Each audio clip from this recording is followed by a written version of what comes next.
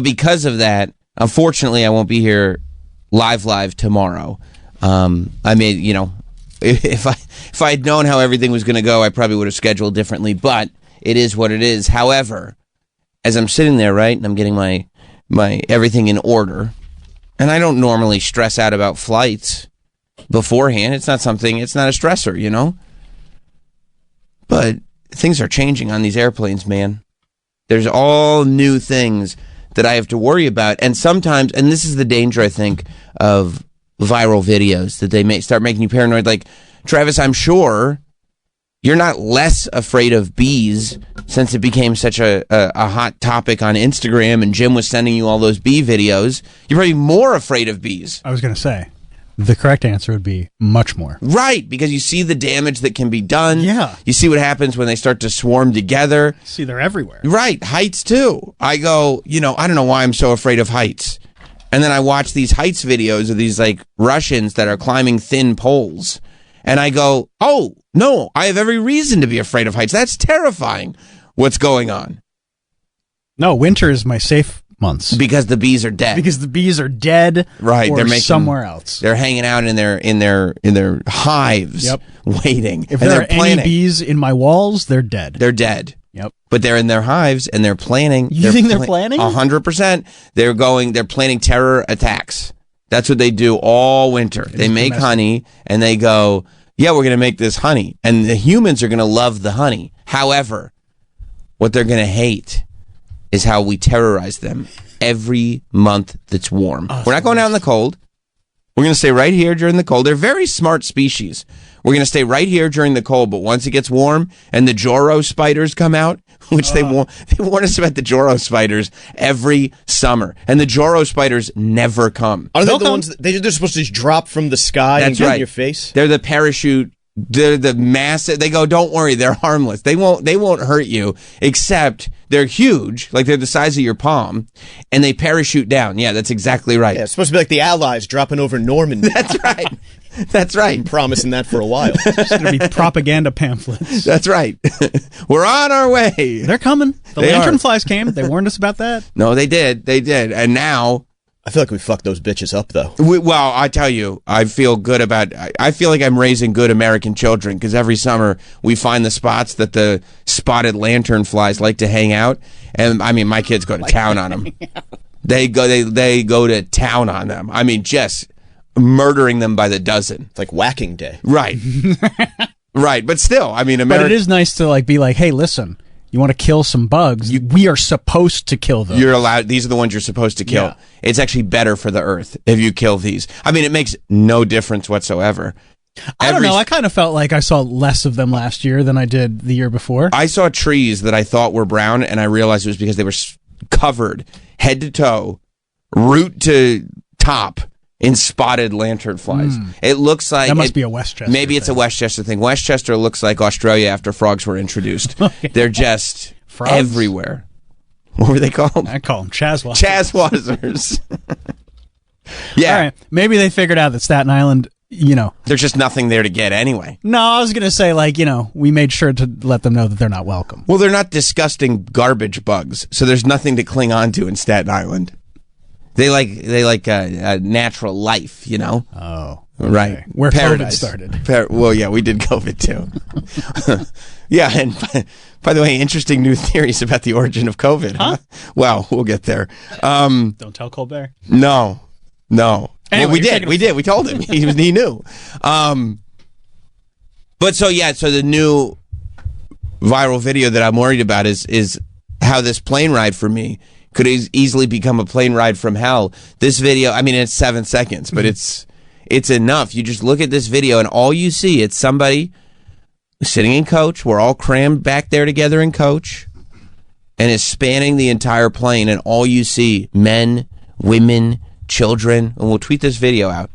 What is it? Sam Roberts SXM is the That's right. tag. Men, women, and children, all sitting in their seats, all with their noses covered by their shirts, which, I mean, this is third grade stuff. This is not the way as an adult you'd think, oh, I'm traveling through the air. This is how I should be traveling. You would never think, but And then you listen, and you hear the desperation, and you hear the voices, and you hear, this is war footage. You hear what's going on and what these people are going through. And I think when you get the audio, you'll get a sense of what a hard time they're all having. Whoever is farting, don't fart, please.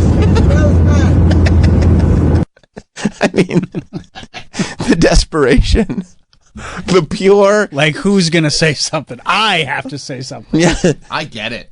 The pure and utter desperation in that man's voice, because normally you hear these airplane videos and somebody's losing their shit, somebody's going crazy, somebody's yelling, somebody's screaming, whoever's back there is not real. You know, it's something about airplane travel brings out the absolute worst in everybody. Like, if you've got an ounce of crazy in you, there is nothing like an airline to bring it out.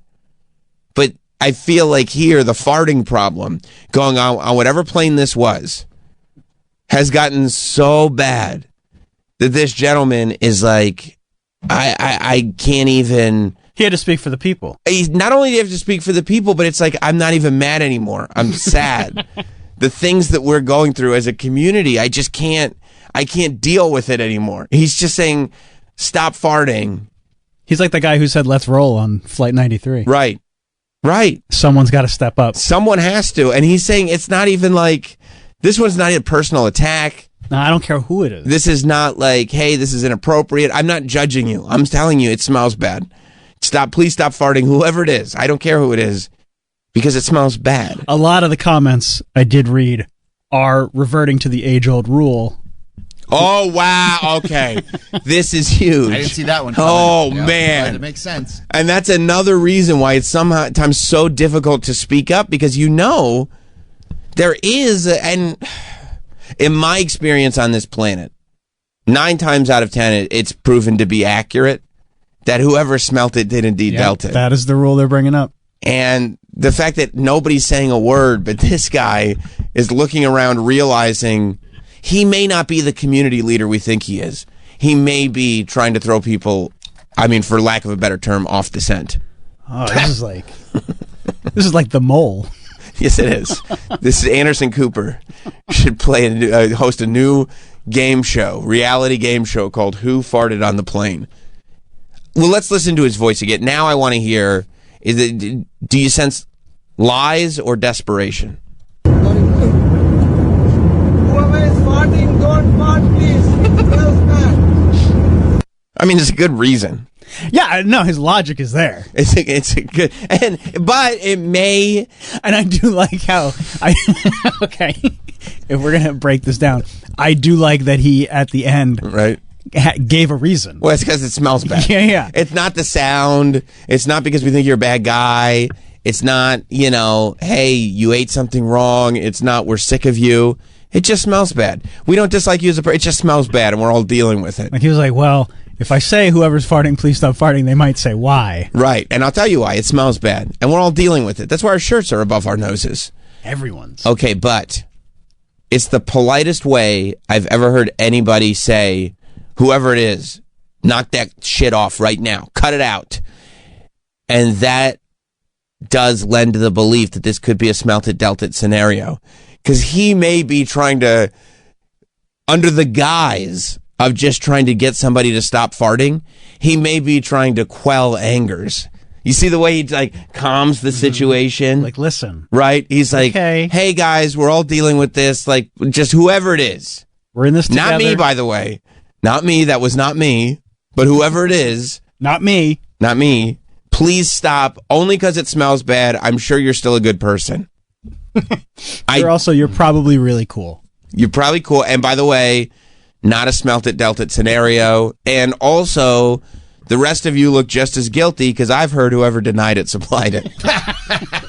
So if we want to play that Hit him game, back with that. We can play that game too. Because, and I'll say this for the record, doorknob. Okay? I'm going to throw a safety on this one, just in case. Wouldn't it be great at the end of that if he said, also, safety? Would you like it if at the end of that clip you just heard off in the distance, doorknob? You see that Indian guy? You just hear a click of the seatbelt. And he jumps out of his seat, racing for a doorknob. We knew it was you. We knew it was you. Only a guilty man. No. I just ran for the doorknob just to... No. Instinct. We knew it was you, and we're each getting 2 free hits, regardless of you hit that doorknob or not. It's a plane. Damn it. What are you doing? It's international law. Yeah. This is, Doorknob rules apply only to our feet being on the ground, and we're in the skies right now. Is there an air marshal on here? The air marshal says, doorknob rules don't apply. Doorknob, By the way, that's a handle. Find a doorknob on a plane. I dare. It's all handles. It's all handles. I hope this is normalizing saying something when people are farting, because that is so disgusting to deal with. You've dealt with it? Many times. Yeah. I mean, just literally like 2 days ago, I was in yoga and somebody kept farting in there. And you obviously can't say anything, but it's so rude to just keep farting. But what are you going to do? Yeah, go leave the yoga room and go take a shit. Okay, that's. But you don't always. No, farts don't always mean you have to go to the bathroom. Well, go in the bathroom and open your butt and let all the air come out. I don't know if that's exactly how it works. I don't think it all gets compacted right at the very front. And You're not a doctor, though. I'm not a doctor. For the record, I am not. And by the way, this is not medical advice. I got to say that legally. This is not medical advice. But as a human who's lived a life, I don't think you could just open your butt and all the farts come out. Sometimes you go sit on the toilet and let it come out. That's bad advice. And if you have a turd, let the But turd if you're come in out. yoga, it's not a turd situation. You can absolutely excuse yourself. But Nobody's holding a gun to your head to stay in the room. That's true. No, I know that. But it's gas. It doesn't mean you have to go to the bathroom. But does that mean that you have to let everybody in the yoga studio have to deal with your gas? But isn't Well, that maybe part? you're just so relaxed. But that's what You're isn't yoga. Like, not only are you relaxed, but you're clenching the abdomen area. You're folding it over. Sometimes you don't have warning. It's not like you're sitting there knowing this is coming. Sometimes you get a waft of bad air. I get it. But when it's just repeated farts, you're saying it's not the farting once is one thing, but over and over and over again. Yeah. Because then it takes you out of your peaceful Zen state. I'm just livid. I'm frothing in anger in yoga, and that's not supposed to happen. Well, the whole reason you're at yoga is not to be frothing. Exactly. So then maybe take a cue from this guy. Be the next one that stands up. Yeah, but you know what? If you did that in yoga class, you'd hear me in the front row going, "We knew it was you. We know that was you." I mean, all it takes is one guy to start the resistance, and then other people stand up. That's why this guy's a hero. Right, that's what I'm saying. Now you be like, you know what? I am also the hero. Well, And do it in an Indian accent if it'll make you feel better. But you're saying this is like a French Revolution, like Yeah. Except the French Revolution was followed by a reign of terror, and I feel like Troy would be that guy who'd be like, now no one may fart ever, and it's like this isn't what we wanted. This isn't what the revolution was all about. You think he would instill a fascist dictatorship That's what in happened. the yoga studio? People don't realize it. They start these political revolutions, and For they don't. good. They think it's for good, but sometimes the devil you know is a lot better than the devil you don't. And like, you know, these people, like, the absolute power corrupts absolutely. Okay, and this is what they were talking about when they said that. Mainly farts. Like, if you all of a sudden, I would tell you 100%, if all of a sudden somebody like Troy had all that power where this worked, and now we have set the laws on gas or whatever it was, he would be a monster to deal with. Yeah. He would just come up with more laws now that he had this power. I mean, Mike, you're a history buff. The sans culottes were not kind to the overly flatulent. You see what I'm saying? They were the first ones to the guillotine. Exactly. Marie Antoinette used to rip ass like crazy. Right, and she said, well, let them eat my burps then. Because of all the cake. yeah, because of the cake. It was ice cream cake. Because now you also worry about sometimes, you know, excreting gas is a human thing. Yeah. There's nothing, like, it is as part of the human experience. That's why I think Troy's being a little aggressive. I do too. You have a body. Like, part of me, the more I thought about this video, the more I was like, well, like, No. what if it ends up being me on the plane? Like, you don't control. It's not acceptable. Then you go to you excuse yourself. And go. What if the restrooms are in use? Then There's only two sometimes. you stand in the aisle and wait till it's open. You can't hold in farts like that. It's bad for you. It is so beyond rude to keep farting around other people. It's just a rudeness and a selfishness that you just can't believe that anybody would have.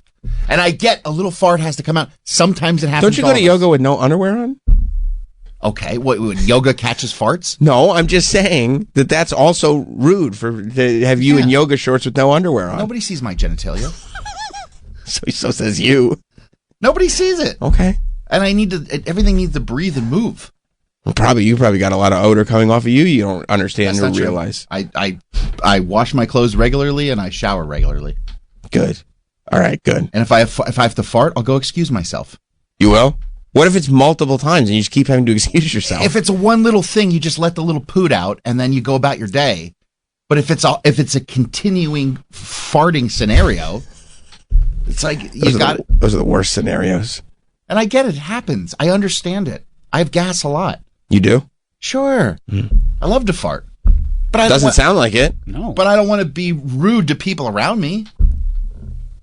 I don't know. You come in here with diarrhea of the mouth all the time. That's a good point. I don't know if I buy that. Yeah. Well, I mean, see, you got people like Troy who I believe wouldn't have handled this well. And if I were to get on a plane and look, I had a bad day or whatever, I couldn't control maybe my gut health wasn't where I wanted it to be. Maybe I didn't have my probiotics, or maybe I had too many probiotics. All of a sudden, I'm getting people like Troy furious at me. And I don't mean for that to happen, but it is what it is. And Troy's acting like everybody that does it is like so intentional. That's what it is. You can keep your sphincter closed and not let the farts out. For hours? To go to the bathroom and let the farts out in there. But sometimes it's not just like I have them all at once. Sometimes it's a recurring problem. You mean like every 5 minutes to get up and go to the bathroom? That's insane. People think you're a terrorist. They would think that. They go like, what's he doing in there? Well, there's a little like prep. And then you would have to explain yourself to a flight attendant. Wait. What's the prep? There's prep that goes into before you go flying. Go ahead. You're flying today, right? Yes. All right, what are you doing? What the heck? That just went on its own. Well, I want to hear it again. So, obviously I don't drink a lot of water before I get on the flight. What do you mean, obviously? People say you're supposed to hydrate when you get on flights. Well, I don't fill it to the point where I'm going to have to be pissing 50 times. I understand that you're going to have to go up in the air, and it's going to be a while before you can take a leak. So it's like 15 minutes. So when they start, like, okay, we're going to start the pre-boarding, it's like, okay, I got to go to the bathroom. So I go to the bathroom, I pee. Wait, you pee during pre-boarding, and then also still you're worried that by the time you are like taken off, like that will be too long before you have to go to the bathroom again? Yes. Look, let's not act like people that we know don't have issues with bathroom problems. Right. So I have to make sure my bladder is empty. Right. If I have to poo, I'll go poo. Okay, I have a question. Oh, I'm sorry. Okay, like I don't want to like. We have a new intern. Her name's Danielle. Hey guys, it's going to be a crazy first impression. I'm sure I don't want you to hate me, but no, please. I have done that. I do Pilates classes, and I have constipation issues. Come on, and dude. when I need to do it, so my question to you is like, are you okay with crop dusting? Crop dusting is funny when it's like your friends, you're doing it with your friend. Yeah. But it's like, But I think she's saying that, like, I think Danielle is like, listen, she's got gut issues, all right? And you're being prejudiced against that. No, I'm not which being sucks for her, honestly. And I'm sorry to hear about your gut issues. It's okay. It's a new thing. And I think you're saying, like, if you crop dust, then at least it's not all concentrated in one area. Yeah. So you you're can walking kinda around spread the it. Yeah, Pilates like in the studio mall. farting? Okay, Oh, well no. now I'm not doing Pilates, but the crop dusting They kicked her out. typically is when you fart and then move away, so no one that's knows that fine. it could be you. Yeah, yeah. that's fine. So crop dusting, good. I mean, it's, when you get a whiff, it's like, ugh. Yes. But when you have to sit next to somebody and they're repeatedly farting. But Yeah, well, I Danielle, only when you usually crop do- dust, though, Yeah. would you ever consider, like, is it venomous ever? I was going to ask, is it a malicious? Where you would crop dust, right, and go like, oh, another one's coming. Let me go back to the exact same place. Oh, and crop dust those motherfuckers Yeah, again. it really depends. Like I check my surroundings. Right. And this is crazy, but like when it's constipation, it's a certain smell sometimes, and it's the silent but deadly kind of thing.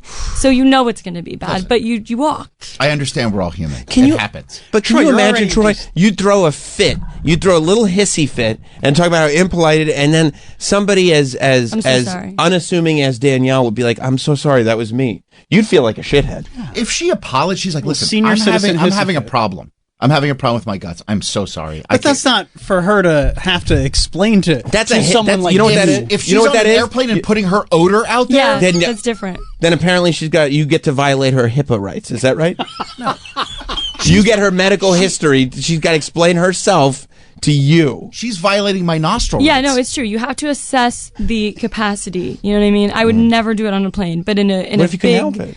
Well, Yes, then Danielle, is it unreasonable to say, excuse yourself? no, yeah, no, that I understand that, and I do understand if you can go to the bathroom, but sometimes you're right, you can't go because you wait and wait and wait, and when a fart finally comes, you have to let it out. Yeah. And because they're- constipation just backs up and backs everybody up. knows that you can go, you have control of your sphincter. So you can go. Not that kind of control. You can let a little air out and then let it clear. Let a little air out. You let it talk clear. all the time about how you have no control over it He anymore. does. He does the butt kegels. Troy does. I have a pretty tight sphincter. You do. Do you exercise it? I do yoga. It tightens Yeah. everything up. Oh. I don't know. I don't do yoga, so I didn't know. Yeah. But I don't have that kind of control. I don't have that kind of confidence to go like, no. I have full control. You can't just let a little air out and then close it again, and then let a little air out and close it again. Like it has to be all the air that's built up in there. It has to all come out at once. Well, It I don't doesn't know. make any sense. It's not predictable. no. It's not predictable, is it? It's not. And sometimes you're like, oh, I'll just let a little out, and nobody will notice, and it makes a huge sound. Yeah. That's very embarrassing. Well, I mean, for me, I've kind of mastered manipulating it so that there's no sound. See, That's amazing. And yeah, and if I'm really not sure, then I'll really have to hold it in. But yeah, so for these Pilates, Zumba classes that I do, I just make sure that if people smell it, there's no way to know that it was me. So I feel bad. I do. But you understand it's rude. I do. I really fart do. the No, entire I do. Pilates class. Yes, no. It's usually just one or two. And people but are I've totally heavy done breathing this. to get their exercise in, and they have to breathe in your fart dust. Yeah. Well, usually it goes away. It does, It's but you know? more of a gas than a dust. well, if you crop dust. No, I get what you're saying. It's just the term. Yeah, it's not actually dust. It's not I mean, stating what Well, physically sound. There's actual fecal particles. I mean, they're not visible. No, but it's still particles. Okay. And that's going into your nose. It's going into your body. You have to breathe in other people's fecal dust. It's not dust. Fecal gas, whatever you want to call it. Didn't somebody send an envelope full of that to the White House after 9/11? They did. Yeah. Yeah. So when people realize, like, when you realize that people have realized, Danielle, but you said you've mastered the craft so that they can't tell it's you. Yes. Do you then start making faces like, oh, I know who did that? Sometimes. Yeah. Yeah. Well, you know, like I said, you read the room beforehand. So, like, also with workout classes, there's always bad smells at, Sure. at any given time. There's already Sure. sweat, there's already feet, there's already whatever. And for those classes, sometimes people are so focused on picking up the Zumba moves that it's like their brain can't even process that bad smell over there, and then it's gone. Because they're concentrating so much Yes. on the Zumba moves. Yes. Yeah, no, I get that. So you're more of a denied it, supplied it person. Yeah. Then, yeah, okay. Yeah. I have siblings, you know what I mean? I deny everything. Good. That's smart. As long as, because there are other people around. Can you prove it was me? Because if you can't, No. it wasn't. And so far, no one has ever brought it up. So, Smart. yeah. Smart. Well, I'm glad you shared that with us. Thanks. Yeah. I really was like, wait, but he's talking about me. Like, I needed to give that. Well, how does it feel to know that, like, this is how mad people get? I Like, he's figured. furious. No, I get it. I really do. But it's also like when you sit with constipation issues, that's an anger that I've never experienced anywhere else. Because the physical pain, the discomfort? Yeah, and just like going days and days with nothing. And then if you don't fart, the gas backs up, and then you have even less of a chance of sitting on the toilet with success. And this is a new thing? This is a new sensation? like in the last year or so. That sucks. It's never my issue. Yeah. And all of a Nothing sudden, works. you just have to deal with it. Yep. So yeah, it's sorry guys. You know, Yeah, yeah. I mean, I saw you have to deal with this for like 5 minutes. Like, or not even maybe 10 Right. seconds. right. Understand what I'm dealing with on a day-to-day basis. Yep.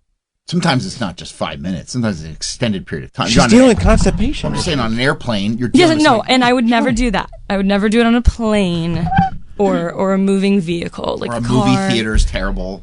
Oh. Now you're just naming places. Places you have to be Wait. sitting next to strangers for No, an but the extended thing period of about time. the movie is the seats. If you're going to the right one and the Mm-hmm. seats are cushioned enough, sometimes the cushion traps. Just absorbs. Yes. And what's really good about it is the lights are out. So Yeah. nobody can see who did it. Yeah, blanket helps. Right. stays under the blanket, really. Right. Like Don't lift the blanket. So you'll bring a blanket, and people go, "Is that for comfort?" And you're like, "It's more of a Dutch oven scenario." Precisely. Never Unless said you're it. at an Alamo and they can write down, "Hey, can someone please stop farting?" and then hit the light. Oh yeah. Yeah. You can't go to an Alamo because somebody's gonna put up a card. Yeah. Yeah. Yeah. No, Like Troy. AMC is probably your spot. Yeah. Mike in Michigan. Yeah, hey Sam, what's up? What's up, Mike? Hey, well, first off, congrats to Danielle, your new co-host there. Thank you. I mean, this audition is going very, very well for her. I'm going to be 100% honest. Also, real quick, before I got to defend Troy, but before, big old Libby from Portland that called in yesterday. Yeah. She talked about, loving everybody. She forgot to mention, if anybody's not doing anything on a Friday night, you need to check out a certain show called Stack Tap Live on YouTube. I highly recommend it. By the way, I would recommend it as well. And by the way, like, big old Libby. Talk about Big Fat Libby. I'm talking about heavyset Libby, yeah. She called in yesterday with this, like, oh, Jim Norton said this, Jim Norton said that. I went back and listened to it. It was so grossly out of context and misinformed and panic-stricken. I was furious when I listened to it. I said, this is nothing like what she described on the air yesterday. Nothing like it. Do you think someone misinterpreted it because they were drunk? Is she a drinker? Sounds like it. Is that why she got so heavy? Yeah, it's empty calories. Oh, I guess so. All right, Mike, you wanted to Could defend... be on heroin in Portland. I guess. I mean, geographically speaking, it is possible. I don't know how many people get fat on heroin. But Mike, you wanted to defend Troy. Yes, Yeah. yes, man. Dude, the animals on airplanes these days, especially, holy shit. I remember when I was in the Sorry, military Danielle. flying from, I think it was from Italy back to the States, and oh my God, farting is one thing, but next to people that don't use deodorant, oh my God, it was, and then this dude kept getting up all the time to get in the overhead and was wearing a tank top. And just, you want to talk about crop dusting? Oh, it was fucking horrendous. He's wearing a tank But top yeah, on a people- plane?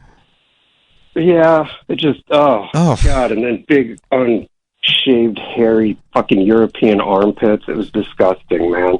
But people need to... Men in America farting. also don't shave their armpits, generally speaking. From time to time, they do, sometimes Sam. you don't know, shit. Jersey Shore summer's not far off. Well, thank you, Mike. Mike from Michigan. Yeah, I guess you're right. If you're a gentleman who's shaving armpits, you better have a physique to show off. You know? Confirmed. Yes. Okay. I'm okay with it then. Kramer in Pittsburgh. Hey guys, I just want to say a couple things, a couple comments and a question for Troy. Yeah. First thing is, I love Troy's his comment, Fart Dust. That's my new band name now. Fart dust. It was going to be Farts and Coveralls, but I like Fart Dust a lot better. And this is way better than the Hollywood talk. This Fartgate's amazing. Fartgate's absolutely amazing. Now, my question Is this Kramer or Jim for McClure? Troy, I'm sorry. My question for Troy is, how does he feel about concert farting as in a mosh pit? Is that legal, or what do you do in a mosh pit? Because you know you're not shitting in a bathroom at a concert. Troy, you've been to many concerts. What do you do in a mosh pit? Well, the concerts I usually attend to, they're metal, hardcore, so there's a lot of fat people, so there's a lot of poor diets, so farts kind of go with it. You're right. As well as BO, people smell bad, people reek of beer. Mm-hmm. But So- if you're in a mosh pit, You don't want to like, lose your spot. That's right. it's a sport. Sport. And it just kind of goes with the territory. So unfortunately, yes, at some concerts, sometimes you have to smell flatulence, you have to smell BO. It goes with the experience. All right, I'm all set. Okay, good, Kramer. Good. I'm glad another satisfied customer. Yeah, I mean, I think that to complain about odors in a mosh pit is a little much. It's just a bunch of dudes slamming into each other. If you're like, man, I really enjoyed my time in the mosh pit, but I don't know, some of those guys kind of stank. I think you're missing the point. You shave your pits before the summer, Mike? Oh yeah, Good for even you. off season too. You do. If it starts getting out of, I don't like armpit hair is fucking weird. Yeah. Just this wiry tuft hanging out between your arms. No thanks. Good for you. Yeah. Good for you. Plus, like, you can pull off tank tops. Yeah, I've been lifting in a hoodie though, leaving the pump cover on all winter. I love that. I love that because then when you pop that hoodie off, people are going to be like, "That's what you were up to." Nice huh? big reveal. Yeah, That's what you were up to. Sam, when are you going to do that? Oh no, I'm wearing hoodies all summer long. The reveal's coming, but it's going to be years. Jimmy in Staten Island. Good morning, boys. Morning. Listen, I'm in the car business, right? Oh. So I got this guy that didn't even buy the car from us. Wanted to use the charging station. Now we have to activate it with like a card. So like the first time I felt bad for him, but he sucked. Second time he comes in, it was even worse. Finally, he's like making a habit. I said, buddy, I said, you got 1,000 free hours on your app on your phone, and soap is not the enemy. Water is your friend. Take a fucking shower, you stinky motherfucker. Right. It was you were gag. It was like horrible. Horrible. I don't know. Motherfucker. He's just a guy who didn't shower. I don't know. Jimmy sells cars. So you're in the. Yeah, are you selling? What and a guy just kept coming in? to use a charger? The guy just kept coming in. He didn't even get it from us. He goes, "Could I use your charge station, please? Could I use charge station?" Oh, for his car. Yeah, right. For his car, yeah, the charging station. Okay. For his because he's Uber, chucker. So fucking, he ain't getting fucking 5 stars with that stench. That's that right. Motherfucker. I will go in, Horrible. Jimmy. Thank you very much. You've confused a lot of people, but I will try to draw from that it is weird that you get into Ubers and the car stinks, and it's like I would think that the Uber driver dealing with a passenger who stinks is enough of a problem, but the idea that you're in your car all day picking up strangers and you smell, it's like this is just bad for business. This makes no sense. I always it weirds me out. Bottles? The Uber guys are always pissing in bottles. Bro, when we were in Chicago, I think I've told this story before, but I'll never forget. And I did not tell anybody when it happened because it was too it's not that I didn't want anybody to talk about it. It's that I didn't want it to be reality. Mm-hmm. You know, you ever do something and you're like, this definitely just happened, but I'm going to give it the benefit of the doubt and pretend it didn't happen and move on with my life. Yes. Right. So I did that in Chicago because a bunch of us got in, and I don't know, it might have been you guys. We got into this guy's cab and we were moving quickly, right? The guy was almost like, I'm not going to get this many of you guys in my cab. It was like, fine, shove 4 in the back. I'm going to jump in the front seat. No problem. I jump in the front seat. He's like, I don't know. And I just opened the door and I started moving the stuff off his front seat, you know, because we were doing our thing. And I was like, oh, you got your drink here. Let me move. I picked up his drink. Mm-hmm. This bottle was the warmest bottle. And I just put it on the floor and he didn't say anything and I didn't say anything. And I was just like, wow, the heat's in the car. It's probably just water. It's just a very hot bottle of water. Anyway, Yeah, that ain't piss. let's put that out of my head. Anyway, that ain't piss. I mean, in hindsight, there's nothing it could have been other than his piss bottle. And I picked it up and moved it onto the floor. And it was the worst thing I've ever done. So bad. Because you're not expecting that. No. And it was like a And you should not have to expect that. No. You should never walk into or get into an Uber and be like, I might be touching a piss bottle. There's a good chance. Because who keeps the piss bottle on the passenger side seat? And it was a full piss bottle. I mean, I can understand keeping it up front because, you know, most rides, nobody's riding up front. I know littering is bad. But if you got a full piss bottle, maybe that's something you litter with. Maybe leave it on the side of the road, you know? Or dump it out. Or dump it out. Dump it, something. Don't travel with it. Every day I'm riding in here, I'm on the bike lane, and there's cars that park on the right of the bike lane, and there's constant piss. I mean, just all the way up 6th Avenue, there's just piss all over, like where these cars are parked. Everybody's dumping out their piss bottles. Right. I got to ride through it. Wouldn't it be great if one day somebody just dumps their piss bottle right on Troy as he's riding by? Splash. Well, they dump it out. Like, I thought the farting was rude. I'm covered in piss. I'm covered in urine. That would be like my karma now. Yeah, you get piss all over you. Troy, would you be mad? Yes. I don't want somebody else's piss. Yeah. You can just say any piss. I mean, Yeah, you wouldn't want to piss all over yourself either, right? Me? Yeah. I mean, I have. Oh, all right. I mean, And it's fine when it's your pit. It's your I don't know. Okay, so your argument is you should be able to control your farts so much that you fart in the bathroom, but I've often pissed all over myself. By accident. I mean, it's So you can control your farts, but not your piss.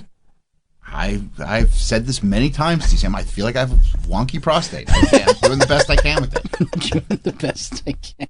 You know what I mean? Like sometimes you think you're done and you put it away and it's like, nope, there's more dribbling. And it's not just a dribble either, is it? Sometimes it's a lot more. Yeah. Yeah. I mean, it's not my fault.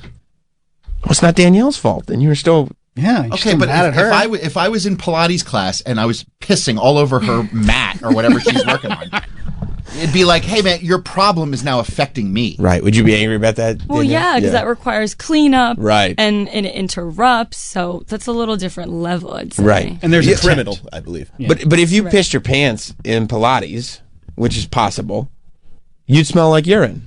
And then No, I drink a lot of water, so I flush out my system. Not before you get on a plane. But like what I'll do, like if I've gone to yoga and like, so you're saying you're hydrated enough that you can piss your pants and it's not anybody else's problem but your own? yeah, Okay. no, like I've gone to yoga and been like, I have to go pee quick, and then I've like, put it away quick, and there's a little dribbling on my shorts. Okay. But it's just like it's fine. It is what it is. It doesn't offend anybody in the class. Nobody even knows. I'll bet they're offended. Nobody's offended. They see the piss stains. Who's looking at my penis in yoga? I don't know. I'm not in the class. Exactly. You're making a lot of assumptions. Yeah, you really are. We just all live in Troy's world. He really is. He's convinced he's the center of the universe and everything just orbits around him. No. Fart when I say it's okay. I can piss all over my pants if I want to. Nobody cares. They think Yeah. it's awesome. I mean, and he acts like these are the rules of society, and they're just not. No. There are rules of society with farting. Not going to the bathroom every 30 seconds. That's not a rule of society. Especially when you got constipation problems. Yeah. If I could leave the class and know that I was going to be able to shit, I would. But it's like if I don't take that fart, that it's not going to happen. Okay, you so know? you have to punish everybody in the Pilates class. Oh my god. Maybe just the three Trying. people closest to me. Right. Oh, so aggressive. And if you had to do, you're in the zone doing Pilates, and somebody next to you's just ripping farts. Like, Well, you wouldn't it's be usually happy with one. that. No, I usually limit it to like if it's an hour class, like maybe 3 max. Okay, You know what I mean? You didn't say there was a limit to the farting. Well, yeah, I mean, I'm not like constantly because animal. they're not coming. No, of course not. They're not coming that often. I wish, but they're not. See, okay, I can go with it. That's the whole problem. This isn't a Mad Max situation. Right. If somebody's like, I'm sick, I only let out 3 farts. I'd be like, okay, I get it. Well, I think there's a lot of confusion these days about the rules of society and what's polite and what's impolite. I see, Lyft is not even picking up passengers anymore. In these terrible scenarios. Lyft is just sitting there going like, it's okay to just pick and choose who you want to pick up. And I don't think that's fair at all. Well, Is that what they're doing? there was a concern. Poor Dank DeMoss. Is that her name? Yes. Lovely Dank DeMoss. She's well, I don't know if the first part's, she's a female rapper. Okay, I guess in the context of this story, it is Yeah. important. She weighs 489 pounds. That's weird because I saw a different number. Did it start with a 6? No, I started with a 5. Oh, Oh, I thought it was 600 pounds. No. Did you see 6? I saw 6. boy. I mean, What did you see? I saw. Hang on, let me check my email I sent last night. Right. It's unclear. So it's 489 pounds on the low end. It's at minimum 489. It's at least 489. I saw 554, Okay. but that was the Daily Mail, so that might be stones. 554 stone. That's right. And you would say stone, I Stone, believe. I'm Yes. sorry. Yes. So cultured. Well, she's I guess she's suing Lyft because her driver came to pick her up, and the driver said, "Well, you can't get in this car because you won't fit, and also you might fuck it up because might pop the tires. yeah, like the axles Burst might my break." tires. Burst my tires. Did he say burst my tires? Yes. I don't know if that's a tire. He was concerned. I get it. I don't know if he probably needs to learn a little bit more about automobiles. I don't think that tires would just pop. Under a certain amount of pressure? I mean, I guess. And you want to take that risk? But it's not Yeah, like they're inner that's his tube. Like life. tires are not like, balloons. Some of them are. I guess maybe I don't know what he's got. I don't know what kind of tires he's got. To be fair, you don't have the original video because I saw this news report. It's in there, but hang on, I can get it for you. Okay, yeah, her original. You just Because don't like the original video. I like the original, and then maybe we go to the news report because she decided that she was going to expose this whole thing. She's going to blow the lid off of this. That this Lyft driver was being very prejudicial against her because he was like, you can't fit in the car, and also the tires are going to pop. Give me 1 minute. See, I don't think bursting tires would be the danger, because if you divide her up, that's just like having 3 people. I think the issue is that she'd be only sitting in one seat, and the car would tilt dangerously, and you'd have to drive on the side like you're in an action movie. Like when Arnold is driving into the parking lot in Twins. Yeah. And Danny DeVito informs him he's showing off. Yeah, one of those. Right. No, but I mean, you could, I would think like breaking an axle is possible, depending on where her body is situated, right? Yeah, I'm not a mechanic. Right. I think, because I think it's not, because I'm sure that the car could handle between 489 and 554 pounds. Maybe Jimmy on Staten Island knows.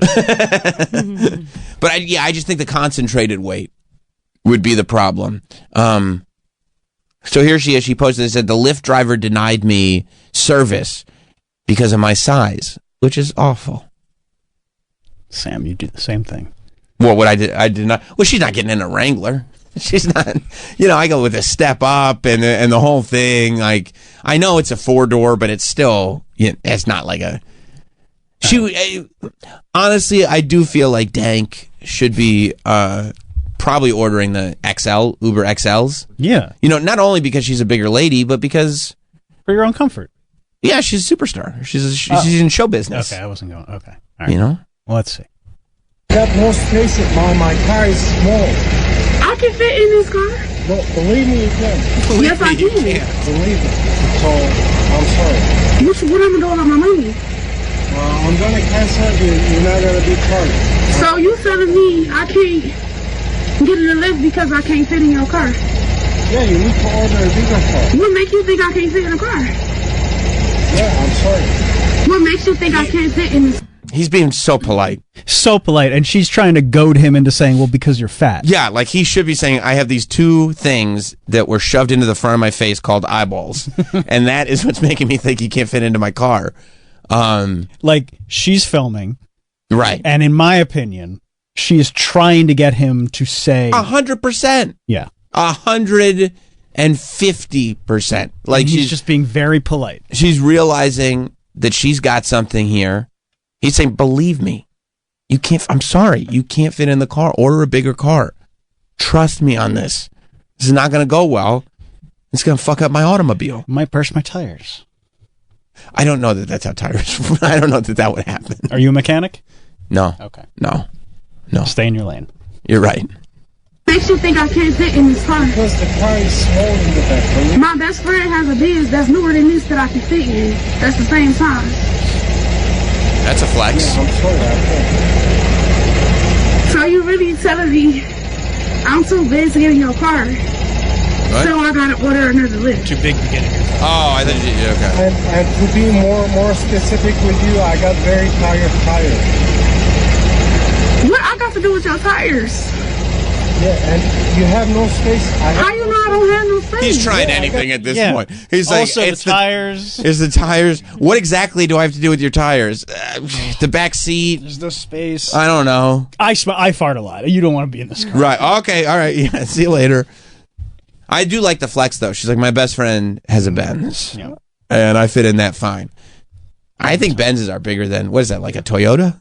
I don't know if that's a Benz. Yeah, I think the Lyft is a Toyota or something like that. Just because you can fit in a Benz doesn't mean you can fit in this guy's Toyota. Let me see if I can find what kind of car it was. But let's keep watching. I don't have no space. Yeah, I got no space in the back. How do you know I don't have no space? Because I tried before. Right. Huh? Because I've been in this situation. So every big person you turn down because they can't fit in your car?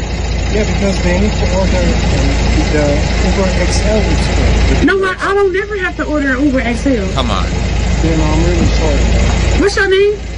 Abraham Patterson. Okay. He's being so nice. Very nice. Did they fire him? Is that right? Oh, I don't know. Did they? I don't know. I don't. I just know that they're being sued. Let me see. I didn't see anything about him being fired. I hope not. But a lot of times, like as soon as these lawsuits start, they suspend. It was a Mercedes-Benz. The Uber was? That's what the news report says. Excuse me. He rolled up in his Mercedes-Benz sedan and immediately locked his doors. Smart Abraham. That's my guy. It's like, listen, however this conversation goes, you ain't getting in this car. Yeah. I hope Abraham didn't get punished. No, I hope so. Because he was standing on business, I think. You don't think that's fat shaming? I think he's worried about his car. Yeah. I think he's worried about his car. I also think, you're trying to get as many fares as you can. The idea that, like, it's going to be a whole thing, trying to fit you in the back seat, trying to pop you out of the back seat. It's a whole, Pop you out? Wow. When something's in there real tight. Yeah, you know what I mean? Yeah. Right? Oh, there we go. All right. H doesn't, he's driving Lyft because he wants an easy life. We'll go pick up people, that's it. Not this whole rigmarole. Oh, her attorneys argue that the driver refusing to take her constituted discrimination because weight is a protected characteristic in Michigan, which is where this happened. Well, there's a lot of big people in Michigan. I get that. They got Mom Spaghetti. Yeah, that's right. That's right. Yeah. I mean, I get that weight's protected, but at a point, I don't know. Let's see what they say on the news. They're covering this on the news. It became a story. Dank DeMoss trying to get justice for the fact that she was refused Uber or Lyft or whatever it was. Blanding tells us she was just trying to get to a Detroit Lions watch party this month when her Lyft rolled up. As I'm walking, I see him like making faces or whatever. I'm like, oh man. She already knew. I can fit in this car. Believe me, you can. Yes, I can. Believe me. He told her there's not enough room in his car. The kicker part was when he started to talk about his tires. I feel like that was a slap in the face. That was like my tires, like. The driver said his tires could not handle her weight. I know. For every big person you turn down because they can't fit in your car? Yeah, because they need to order the Uber XL experience. No, I don't never have to order Uber XL. He apologized, canceled the ride, and left her there. The rapper says she's pretty tough. Oh, shit. Dank DeMoss, as she's known at the mic, is crushed by the whole situation. I just want them to know, it really hurt my feelings. It looks like a Lyft might be hurting pretty soon, too. I knew it was illegal, and I knew that it was wrong. Her attorneys, John Marco and Zach Runyon, say weight is a protected characteristic in Michigan by law. It would be no different than a driver pulling up and saying, I don't want to have black people in my car, or I don't want to have Christians in my car, or Muslims in my car. It's the same under the... I don't know if it's the same. That's the same? I don't allow Christians in my car because of the tires. I don't have room in my back seat. You're a Christian. I don't know if it's the same. It's not exactly the same. I get that discrimination. I understand, I don't know that that's what Abraham was doing. I don't think that he has some kind of anti-fat where he goes to sleep at night and he thinks, what's these fat people that are the problem? Yeah, I think he might have just... Yeah, and he probably wants to take as many, riders as he can. I love a lawyer with long, slick back hair and a shiny tie. He looks good. I mean, just shameless. Just like... John with no H. Right. Whatever. Yeah, exactly. I'm John. No. No H. Whatever stereotype you have about lawyers, that's exactly who I am. I want you to know that going in. What do you got, buddy? I think he's great. No, but I think... but I love a lawyer that commits all the way. You could tell even he doesn't believe what he's saying, but it doesn't matter. It's just strictly performance. And then you'll go to them, why do you do this? And they'll go, because we love the law so much. Yeah, I love law. I love law. You have to trust in the process. The judiciary process is why I'm doing this. You want to finish this? Yes, of course. I have black people in my car, or I don't want to have Christians in my car, or Muslims in my car. It's the same. Under the law, it's the same. The lawsuit is filed. Since she posted the encounter on social media, other full-figured folks have reached out saying the same thing happened to them. You're kidding me. Whoa. What? Now, it would be funny if it turns out that all of these were from Abraham. Yeah, that'd be awesome. And he's seriously, no fatties. I want you to know, I'm extremely worried about my car all the time. There's a weight limit. Anybody over 200 can't get in the car. Yeah. Oh, I mean, I do kind of. I think I'm saying poor Abraham in this one. He was just so polite about it. You know? Yeah, it's hard to decide against him when he was being extremely polite. He's being polite, and somebody who is anti-black, Christian, or Muslim would probably be way less polite. Like, I've seen those people. They're awful. Like Luis J. Gomez. Andy in South Carolina. What's up, Andy? Hey, how's it going, guys? Good. First off, I just want to say, while he seems to be okay being pissy in his personal life, Troy has been significantly less pissy screening calls lately. That's great. Andy, why do you always? It always has to be something. It's a compliment. Why can't you just get to your I'm point? complimenting you, you old man. He's being nice, dude. It's just always something with Andy. He's Just say being your point. nice. Call in and say, you got a great point. Call in and say the point. Listen, Andy. Don't worry about what Troy's saying. Here's the thing. These guys, I'm in the position that I'm in, and it's a lot. Everything's on my shoulders right now, and I'm feeling the burden, okay?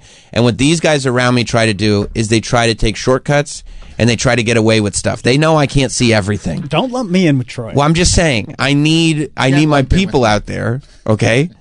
And because they try to get away with shenanigans and half measures. And Andy, I appreciate that you give me updates on Troy's performance. I think Andy's performance reviews of Troy's screening calls is essential, actually. I'm just trying to help, Sam. Thank you. And you are. Regardless of what somebody says, you are helping. And everybody likes a compliment, or so I thought. So I thought.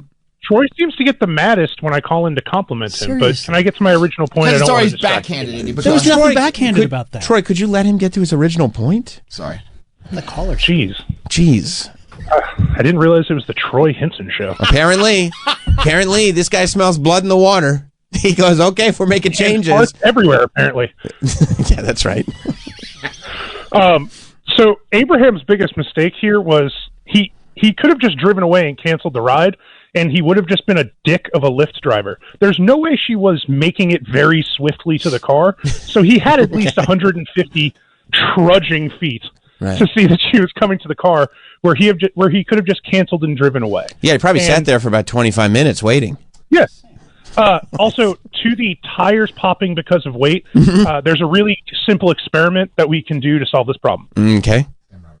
If Libby in Oregon is listening, if someone could just ask her if the tires on her car have ever burst. Okay. No, that's a great experiment, and then we'd know one way or the other, finally. Thank you, Andy. You're 100% right. This is, for Abraham, a case of nice guys finishing last. Like, if he had, I think he was also trying to protect his star rating, I'm sure. But if he had just driven away, taken the hit on the star rating, and split, he would have been fine. But he stopped, and he tried to be polite, and he tried to be a nice guy, and now his voice is all over the news. It does make you realize this is what he gets. It's not fair. That's not right. Although I do hope Dank DeMoss is able to get rides in the future. It also must be noted that there's a wave of obese rappers happening right now. I'm down with that. Like, Dave Blunt's? I don't know if... Oh, yeah, of course I know Dave Blunt. I mean, he looks really unhealthy. Dave Blunt's is fun. He's a fun guy, but every time he talks, you're like... There he is. Yeah, we got to get this guy some help. Like, he was on stage with Oxygen once. Right. Like, he looks... He's wearing Oxygen right here. Right. He looks like scary. Like, this is going to go poorly. But he's a lot of fun. But I think it might be a problem that he gets celebrated like this because here's what would happen. It'd be the Jonah Hill thing, right? Where everybody loved Jonah Hill when he was a little heavy, but then he lost weight and started voicing his opinions, and people were like, "This guy's kind of an asshole." Like, if Dave Blunt's were to get in even remotely healthy shape, I don't think he'd get the same kind of love that he gets now. And he loves Scissor. I see that he's got the purple tracksuit on and all of that. So Scissor is also like really unhealthy. I think it's led to Lil Wayne having all kinds of seizures and stuff like that. It's not great. I mean, I'm worried. Let's hear a little. Sure. Yeah. Sam, what are you having us listen to? Listen, It's on YouTube. We thought it was safe. I thought it was safe too. This thing should be demonetized. That explains why there's no ad in front of it. I mean, this is outrageous. Yeah, you were like, it's never been so easy to get a YouTube video in my life. This is incredible. I can't believe. What did he? Yeah, no. I mean, I get the sentiment. I'm surprised you can even search this out. Yeah, I was actually just thinking, right before I was just thinking, I kind of enjoy that there's no mess. He's like a super fun guy, so I don't think there's any maliciousness in him. It's wild. I didn't expect that. I didn't either. No, not in 2025. No. Although, I don't know, man, the tides are changing. Times are changing. Like that?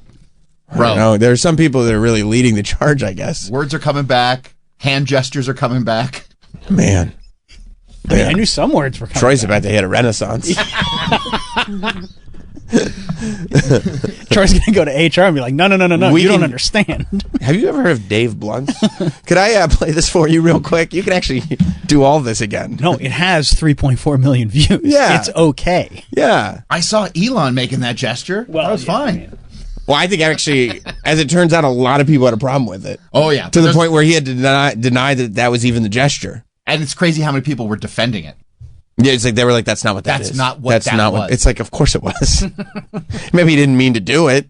Maybe he got a little ahead of himself, but of course that's what it was. I mean, how do you accidentally do that? Right. Twice. He did a couple times. It wasn't just like, and he did it, and he's like, oops, didn't mean to do that. Yeah. Unless, like Zach said, he was trying to dab. Funny. Yeah. I wonder if Lyft is going to have to change the language in the app now to clarify that there are, they can't, to clarify that there are weight limits and things like that. I'm sure it's in some like roundabout, driver has right to refusal. Yeah. For, tires potentially popping. For possible burst of tires. Mm-hmm. Or what happens if somebody's like, looks really dirty and homeless? Like, do you have to let them in your car? Well, if they're homeless, I don't know where they got the money for the Uber. Because you have to prepay, But they could be homeless and still have some sort of credit card.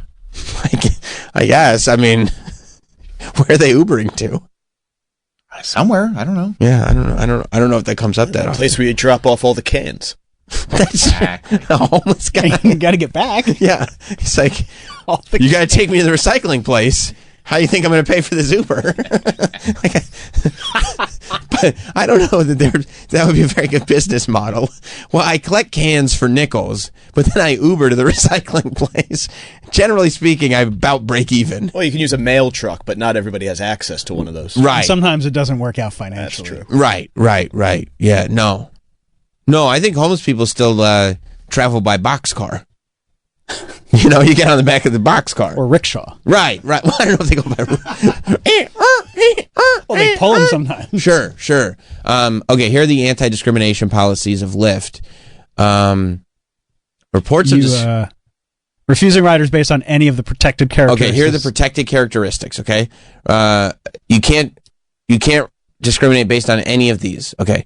Race, color, national origin, religion, gender identity or expression, physical or mental disability, including the refusal of service animals. Oh, that's good to know.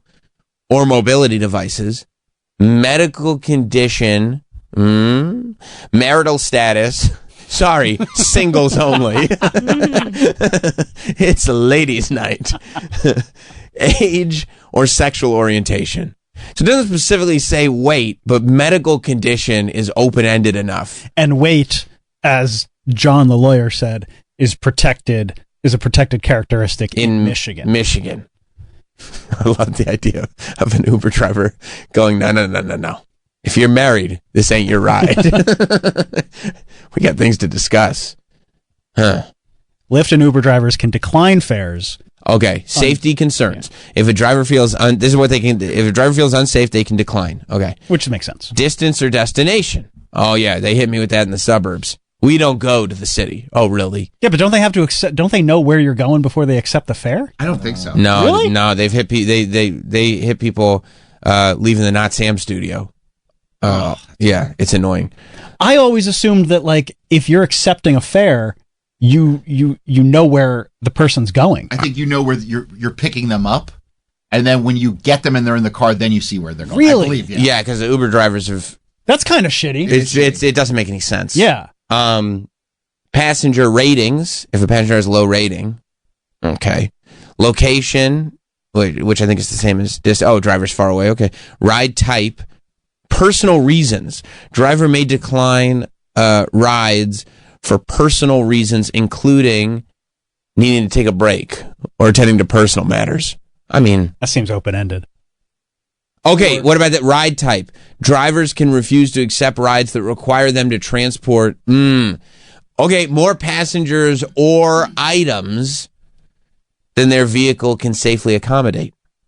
That's happened to me.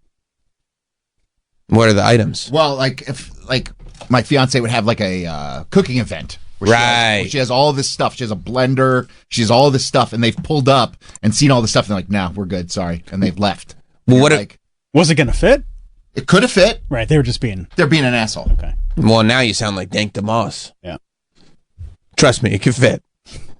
What if all the items are attached to your body and are actually your body parts? Like legs? Right. Can we make that stretch? Like belly, legs, like fat. Right. Is he going to be able to say, no, Clause 5, ride type, I'm protected? Maybe they do it like an airline where you get a few rolls and then you have to pay extra to check the others. Smart. That'd probably be the move. Except it's just tough to move some of them into the trunk because they're attached to you, you know? I can't believe they don't know where they're going before they accept that fare. Yeah. That used to be the best part about taxis living like out in Brooklyn, because the law, and I assume it still is, but the law was like, once you get in the taxi, they have to take you where you want to go. So we would get in the taxi in Manhattan to go home to Brooklyn. That sucks. Back in the day, and be like, blah, blah, blah, Bay Ridge, and they'd be like, fuck. That sucks. I'd be like, you have to take me. Sorry, I'm in the car. Yeah, that's true, because taxis would, and the trick would always be, if they were worried about something like that, they go, oh, I'm just about to be off duty. Like, my shift's about to end. Where are you going? I'll take you if it's on the way. Yeah. And that's how they would get rid of people trying to go to Bay Ridge. No. We would go right in that car. Yeah. Well, I'll tell you, it's just up the street. You get in, kidding, Bay Ridge. Cross the bridge, BQE. You'll be there in no time. Yeah. It's fine.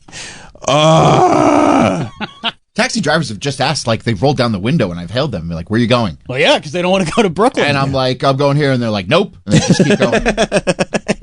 Which that is ain't weird. happening. I would think now taxi drivers just want to take anybody anywhere because nobody uses them. I mean, you'd think so, but people are they're either lazy or they just want to do what they want to do. Yeah.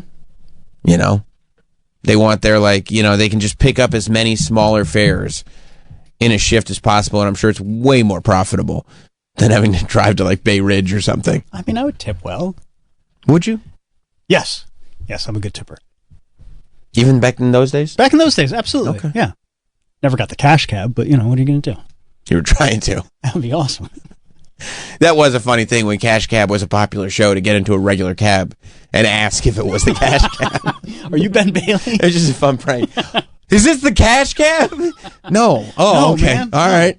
It's just a cab. Where are you going? You just get in. Are we in the Cash Cab? No. Oh, okay. All right. Just a regular cab then. I was excited. You ever seen that show? Yeah. Yes, I've seen the show. Where are we going? Oh, good news. Westchester. Oh, you fuck. Hope you got gas. Yeah, you son of a bitch. Oh. All right, let's take a break. So much to cover today. They explained the drones. I don't know if you heard about that, but yesterday they decided, and they tried to cover it up, right? Everybody was all mad about, I don't know, federal spending, suspensions, and this and that. But under all that, they were like, also, while you're all mad at all that stuff and speculating and everything, we're just going to tell you real quick, this is what the drones were, and then we're going to move on. So we're going to talk about the drones. We're going to talk about the drones and so much more. Stay right there. We'll be right back. We will be right back with Sam Roberts Show. We are back with Sam Roberts Show. Probably tomorrow at 11 a.m., where we did get to the bottom of even more. Nicole went to the botulism Botox guy. And so she's having a She's having a really tough time of it. I don't want to do spoilers, but maybe one.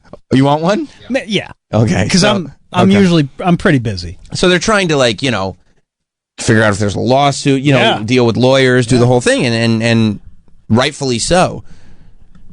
But so Nicole's husband is going through her texts to the doctor that has apparently been, for a long time, giving all these women in New York this fake Chinese counterfeit Botox.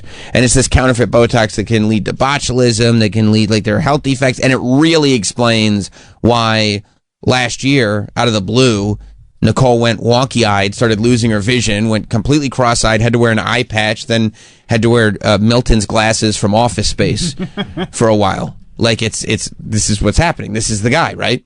So her husband, Matt, is like, let me see the text that you sent him, so we can have the record and everything. And he's scrolling. He's like, okay. And then he's like, Nicole, this was sent today. What? The last text. You can't talk to... It said, how could you do this to me? She texted him, how could you do this to me? Did he reply? No. He's out on bail. Yeah, I know. Oh, she knows. She knows. But she texted him while this is all happening, within the last couple of days, how could you do this to me? I was like, this is maybe the least strategic thing I've ever seen in my life. Yeah, you should probably avoid all contact. That's what they always say. I don't even know why, but they always, of course. Every lawyer and television show lawyer says, yeah, avoid all contact. Yeah. And it says, he's like, what are you doing?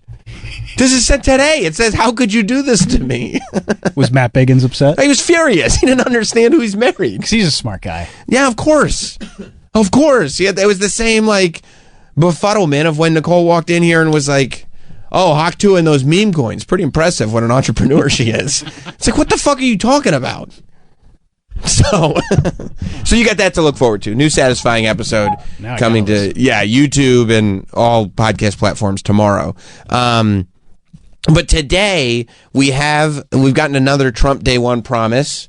Not day one, but within the first few days, he said he was going to explain what the drones were all about. You remember in December of last year, we were all obsessed with the drones in New Jersey? Well, he said, don't worry, I'm going to get to the bottom of that. Because if you remember, all the government officials were like, we don't know what it is, but it's not bad, so don't even worry about it and just go about your day. And everybody was like, well, that's completely unacceptable. They were like, we can't exactly say what it is, but it's fine. So just, keep on rocking in the free world. And people, it was just another one of those things that I think a lot of people forgot about because what other choice do you have? Well, I guess that's just that, and you move on. Well, the new press secretary, what's her name? Carolyn with a K? Yeah. That's a weird way to spell Carolyn. Leavitt? Caroline, whatever. I would have brought Sarah Huckabee Sanders back. But I don't think she wants to come back. You don't think so? I don't think so. She did a good job. Such a crush. Oh, come on. She explained it, though. Woman. She's handsome. She explained it. The new press secretary explained what the drones were. And this should, it should end the conversation altogether, I think. And before I turn to questions, I do have news directly from the President of the United States that was just shared with me in the Oval Office from President Trump directly. Wow. An update on the New Jersey drones. Oh. After research and study, the drones that were flying over New Jersey in large numbers were authorized to be flown by the FAA for research and various other reasons. Many of these drones were also hobbyists, recreational, and private individuals that enjoy flying drones. In time, it got worse due to curiosity. This was not the enemy. All right. So, if you remember all those drones flying over New Jersey, at the end of the day, curiosity killed the cat, and we'll leave it at that. All over the East Coast. It wasn't just Jersey. That's actually a good point, Troy. Yes, they were shown in Staten Island and everything. Right, but now we know that they were flying around for various other reasons. Research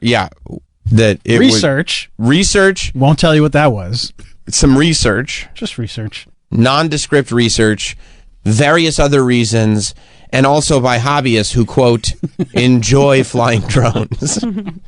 Which that does feel like it came it feels like that probably did come directly from the president. I believe that 100%. Yeah, these are hobbyists. They like to fly drones. They enjoy flying drones. They flew drones.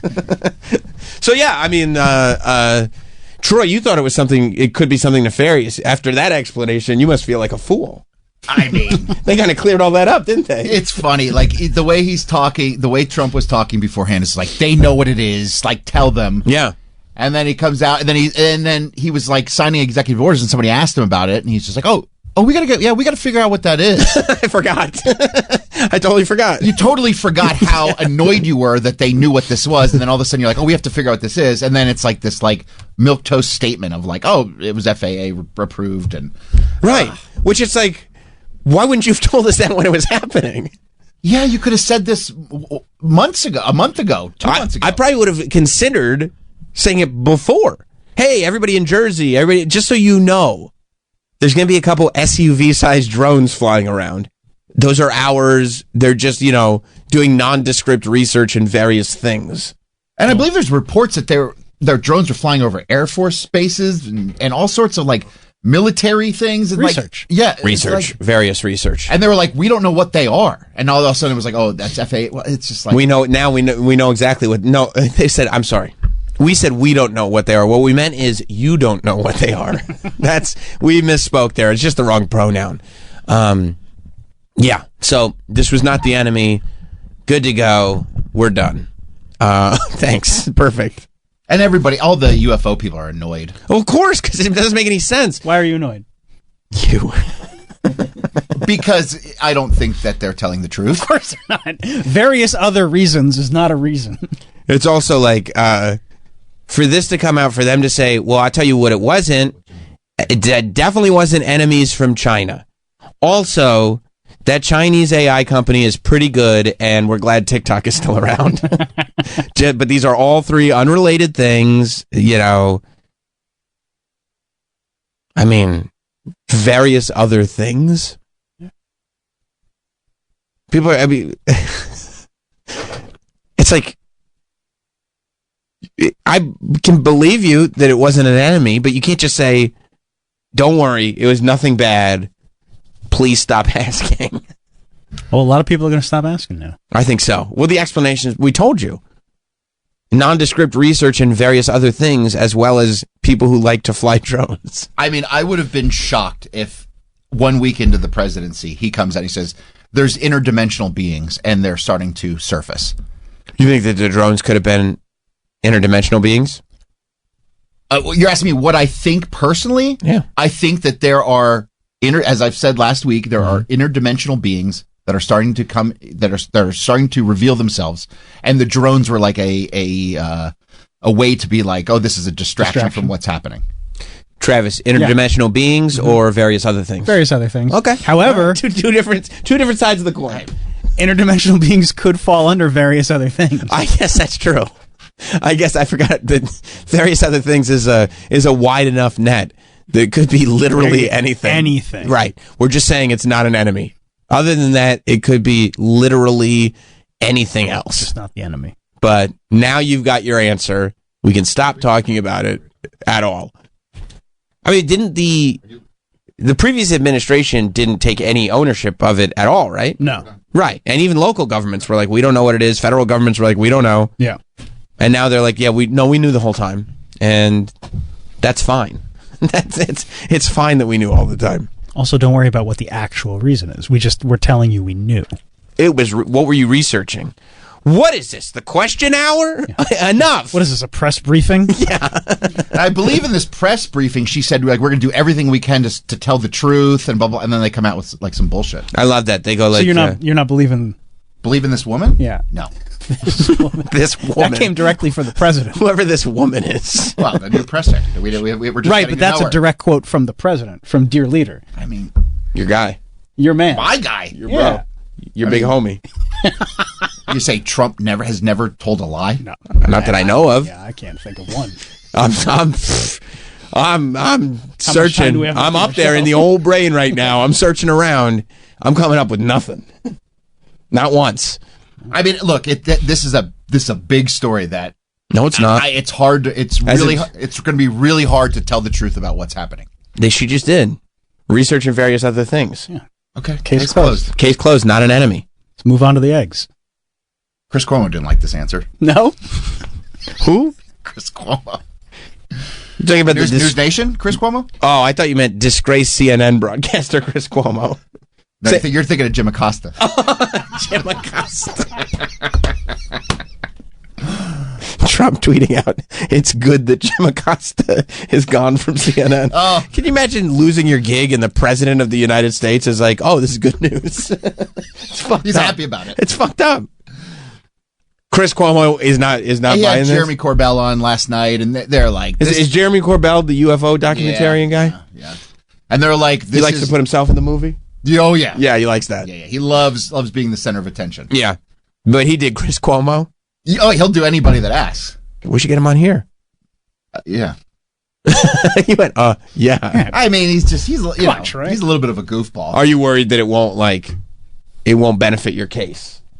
He'll say some weird. He'll be like, he just seems like one of those guys that's just pushing his agenda, and it's his business now. It's his business. There you go. Right. And it's not your agenda. Well, it's not his. He's not. I'll tell you what. He ain't making a dime off it. Me? I just want to know what the hell's going on. I'd love to know too. Well, actually, I do know. What is it? Research, nondescript research, various other things, and people who like to fly drones. Oh, okay. Enjoy. No, I'm sorry. People who enjoy flying drones. All right. Well, what did Chris Cuomo have to say about this? Because last time I saw Chris Cuomo, he was on the Adam Friedland show. That's where I know him from. Oh, is this his UFO segment? Earlier today, that's cool. we learned He's got a Donald stinger. Trump agreed with the Biden administration about the drones flying over New Jersey. And I was so disappointed. His press secretary reassured the public he was hoping for that aliens. there was nothing nefarious going on. And I'm not saying there is. I'm not looking for ET. Okay? It's just there are too many reports of too many things that I can't believe the FAA authorizes. I love this. Big ass drones? Who has them? He can say ass. Okay, Ass maybe on the News FAA You can say does. ass on News But Nation. where are they coming? Somebody said shit the other day on. That's on sick. the show. Yeah, I was like, nice. Nice. And I noticed his sleeves are rolled up. Oh, yeah, they're he means rolled up. business. Yeah, that's right, because he wants to show off the forearms, too. And he's getting to the bottom of It's stuff. a relaxed atmosphere over at News Nation. It is. Oh, yeah. Shit words just flying around. Yeah. That's cool that you can say shit on the news. Yeah. I also love he's the... based? He's ultra based. You can tell because this is the move to go like this. Hey, man, I'm not saying anything crazy. I'm not looking for ETs. But can you explain what's going on? Like that's where it's like, we suck you in. We're just normal like you. We're just normal like you. Now that we're all here, what's really going on, guys? What's happening? Yeah. That's how they get you, right? Okay, it's just there are too many reports of too many things that I can't believe the FAA authorizes. Big ass drones? Who has them? Right. Okay, maybe the FAA does. But where are they coming from? Well, you know what I mean? What is that? So how do they not know? This was exactly what Trump mocked during the campaign. I don't get it. Investigative journalist Jeremy Corbell might. He says the government. I didn't realize it was investigative journalist Jeremy Corbell. Oh, okay. Oh, he's getting to the bottom of all this. Does he have his sleeves rolled up as well? Right, he's got those cool tats, so he's got to always show them off. That's awesome. Yeah. Why you say it like that when you're covered in tattoos? Because I always have my sleeves up to shove my tats. You're like, no, he's got cool right? tattoos. Oh, yeah. Let him know. You got flex. Let him know. Is not being transparent still, especially when it comes to UAPs like the ones that everybody cared about for 5 minutes. He has a new season of his docuseries, TMZ Presents UFO Revolution, okay. where he speaks directly That's to a how former you know member if of the Harvey Levin is involved. This is. Well, he gets to the bottom of stuff. Yeah, we're going to get to the bottom of this. Yeah. military who recorded footage of a UFO over Iraq. Just take a look. Is this the egg? Looking through my camera screen and keep continually raising. I'm a scout. I'm using that as like a giant scope to like catch everything. It's sweet to the left. Did you hit pause? I played Space Invaders before. Troy, as somebody who is invested in this UFO stuff, I guess. Is it exhausting?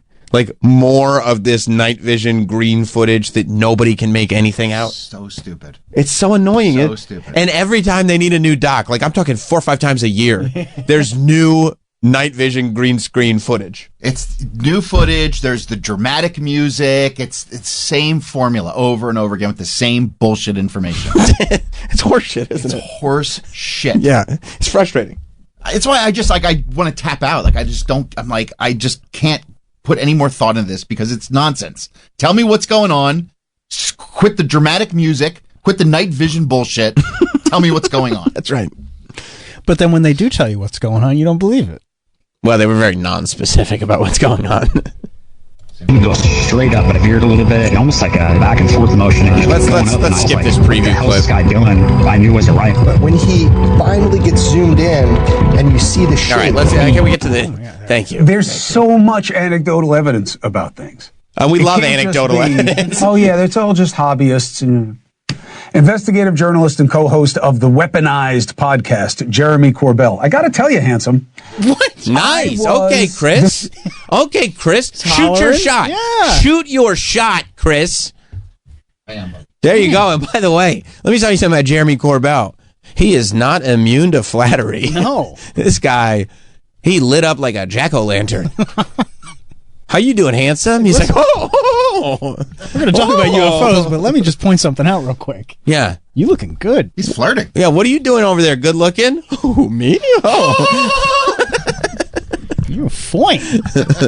Yeah, it's weird. You know, it's weird. It's a weird thing to say on a news program. It's also weird that somebody who is like all about exposing the deep state and UFOs and everything can go on a national news show with somebody who used to be a CNN anchor, and the minute he says he's handsome, he's putty in his hands. Well, flattery gets you everywhere. It does, doesn't it, handsome? It's and co-host of the Weaponized podcast, Jeremy Corbell. I got to tell you, handsome. Nice. I was disappointed today. And that I love this interview. Rarely. I thought that they were going to say some things about what's going on and the different kinds of drones and the new reality and what has to change. And we got none of it. Was I just wrong in my expectation, or are we still waiting for the truth? Yeah, I mean, just logically, good to see you. Just logically, that explanation does not make any sense. He goes, by the way, first of all, I'm picking up what you're putting down. Second of all, let me get to the UFOs. Game, respect, game. Yeah. First of all, I see what you're doing, and I like it. Second of all. Was I just wrong in my expectation, or are we still waiting for the truth? Yeah, I mean, just logically, good to see you. Just logically, that explanation does not make any sense. You know, did the FAA authorize the ones that buzzed Langley for 17? This is called News Nation, where we don't center our clips. Listen, you talk about the new podcast, Apenized. Like, what are you triple boxing and you're not centering your clip? They're just like, let's just cut off the sides of it, throw it right in between these two jokers. You think maybe Chris Cuomo's editing on the fly? Or they got an intern doing it. I mean, whatever. Troy, we have an intern in here. She would do a better job than this. Whoever, Danielle, I'd like to believe you wouldn't let this fly. Oh, never. No. Spacing, oof. No. Yeah, exactly. That's I just want to add that my buddy who went to Derek's wedding is the producer for this show. So, Okay. So that tracks. Hot Dog is here, and I guess the person who did this is most likely good friends with our old intern D-Bag. I mean, that just explains Long Island everything. trash. Long Island garbage. Okay, good to know. We got to the bottom of that quick. That was easy. Yeah. That explains that. That's that. By the way, Troy, now you got an in with Chris Cuomo. I'd hang with. Can you hook it up? Yeah, I can hook it up. Yeah. Is he here in New York? Yeah. I mean, he works here, so yeah. I wonder if we can get Chris on the show. Can you get Chris on the show? Can you get Chris on the show? I can't get Chris. Why not? Hot Dog, you're on a radio show. Use a fucking microphone. Thank you, Mike. Holy questions. I cannot get Chris on the show now, but I Did can. you? By the way, did you hear Hot Dog's response in outrage? They're asking me questions. It's actually talk format is the radio show. I don't want to get up. It's not like you're doing anything over there. You got Chris? Can you get Chris on the show? I don't have that kind of pull. Well, ask your. I'll ask my boy. People are very. I've I've tried to get him on the show before. They're very protective.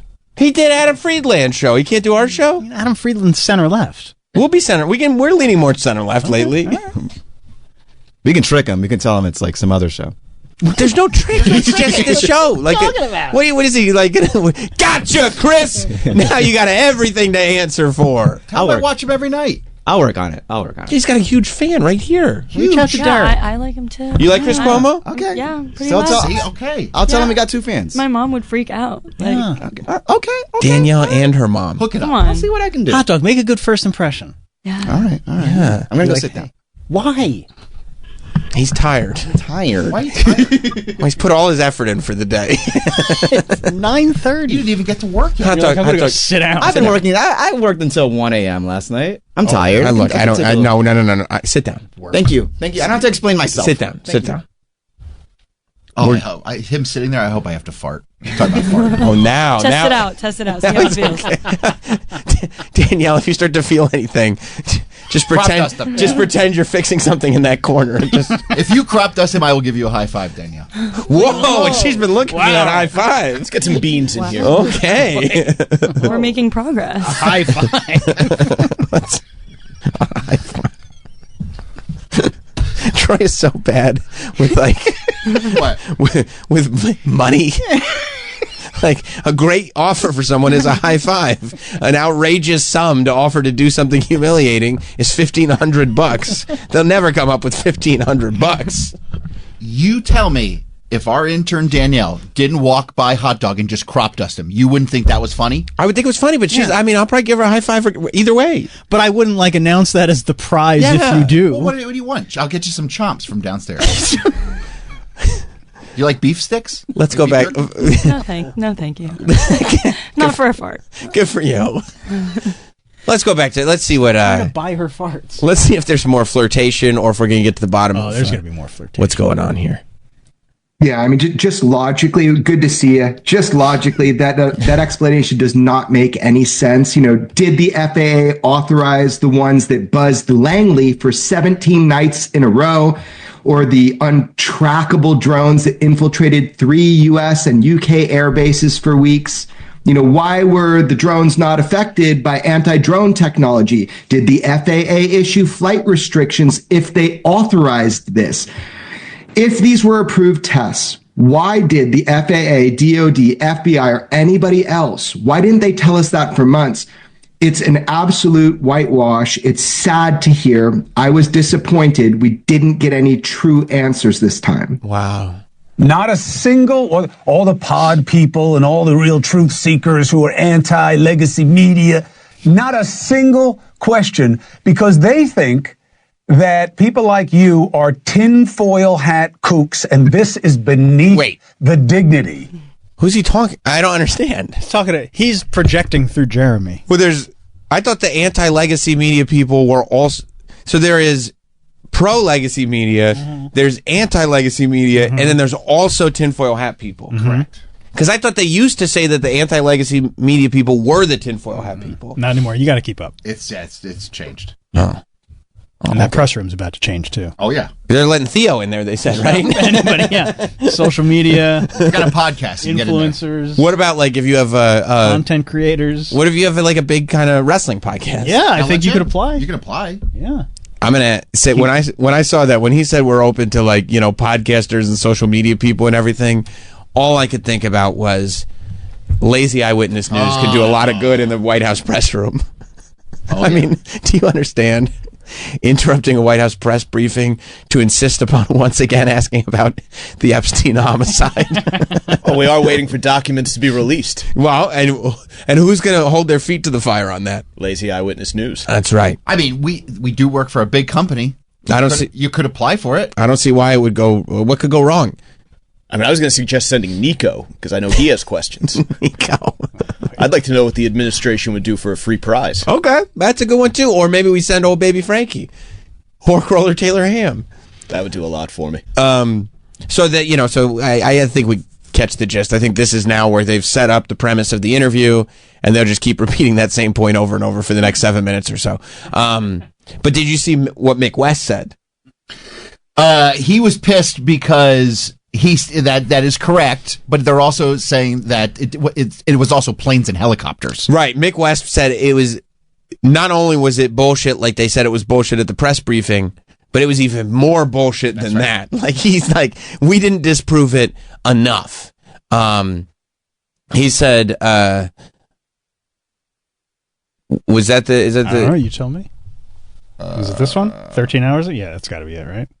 Well, he said something. It could have even. There it is. He said, this statement on mystery drones misses the point. Yes, the actual drones that were observed, they were FAA authorized or hobbyist drones, excuse me. But the vast majority of the reported drone sightings in New Jersey were actually, as the FBI and DHS confirmed, misidentified planes. He loves being like, no, the problem is you're stupid.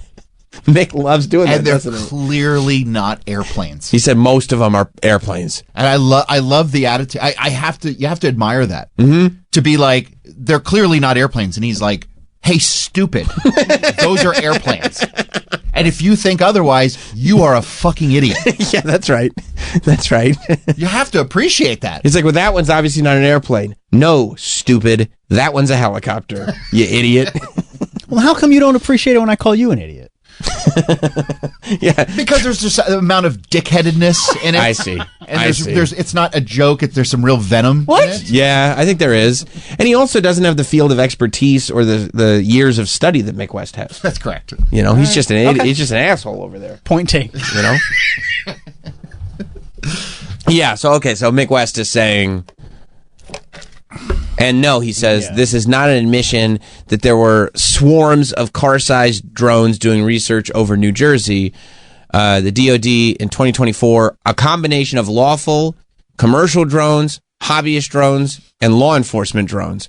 White House 2025, research and various other reasons, hobbyist, recreational, and private drones. Same thing, except the White House missed out on manned fixed-wing aircraft, helicopters, and stars mistakenly reported as drones. Great. Which was actually most of them, he said. Now, look, I'm not going to sit here and pretend I didn't see, like, when it got real hot, yeah, when it was like, first phase was like, no, there's real drones because everybody's talking about it, and it hadn't become a thing yet. Right. Once it became a thing and everybody was seeing them, I absolutely, on like the Ring doorbell app, I don't know if you get, like, you get connected to other people in your neighborhood. The neighborhood app. Yeah, so they can post. Neighborhood Watch, I think they call it. Right. So, yeah. But, like, when they were posting drones, there were absolutely people in the neighborhood that were posting pictures of stars. In your neighborhood? Oh, yeah. Oh, yeah, it happened. Now. Are you like, hey, stupid, that's a star? That's what I said. I said, hey, you idiot, that's a star. Now, the idea that most of the drones that people were like, that's an SUV-sized drone, and then you can say, no, you idiot, that's a star in the sky. I don't think that that's entirely fair. But people love Mick West. They, whatever he says is the law. So people also love Jeremy Corbell. People love whoever. Everybody's invested. People are invested, and people love who agrees with them with fervor. You know what I mean? When you could be like, not only am I right, but you're wrong, and I'm smart, and you're dumb. Yeah. People like that. Of course. It was mainly stars and planes. I mean, isn't that crazy? It's a little condescending. And then in the comments, they'll be like, Mick, you fucking idiot. Like, they'll say that? And he won't even, like, respond, like, or he'll say something just stupid and ridiculous. It's like... Okay, you said initially they were just planes and there were no drones. This is one of the repliers. Clearly there were drones, and clearly they were a significant size and close to people's houses. There's video evidence of these. And Mick said, no, there is not. None of the supposed large drones turned out to be large drones. So he's saying there are no SUV drones. Right. But there's video of it, and people clearly have seen them. Well, Mick said there's not. Maybe there's not. This is wild.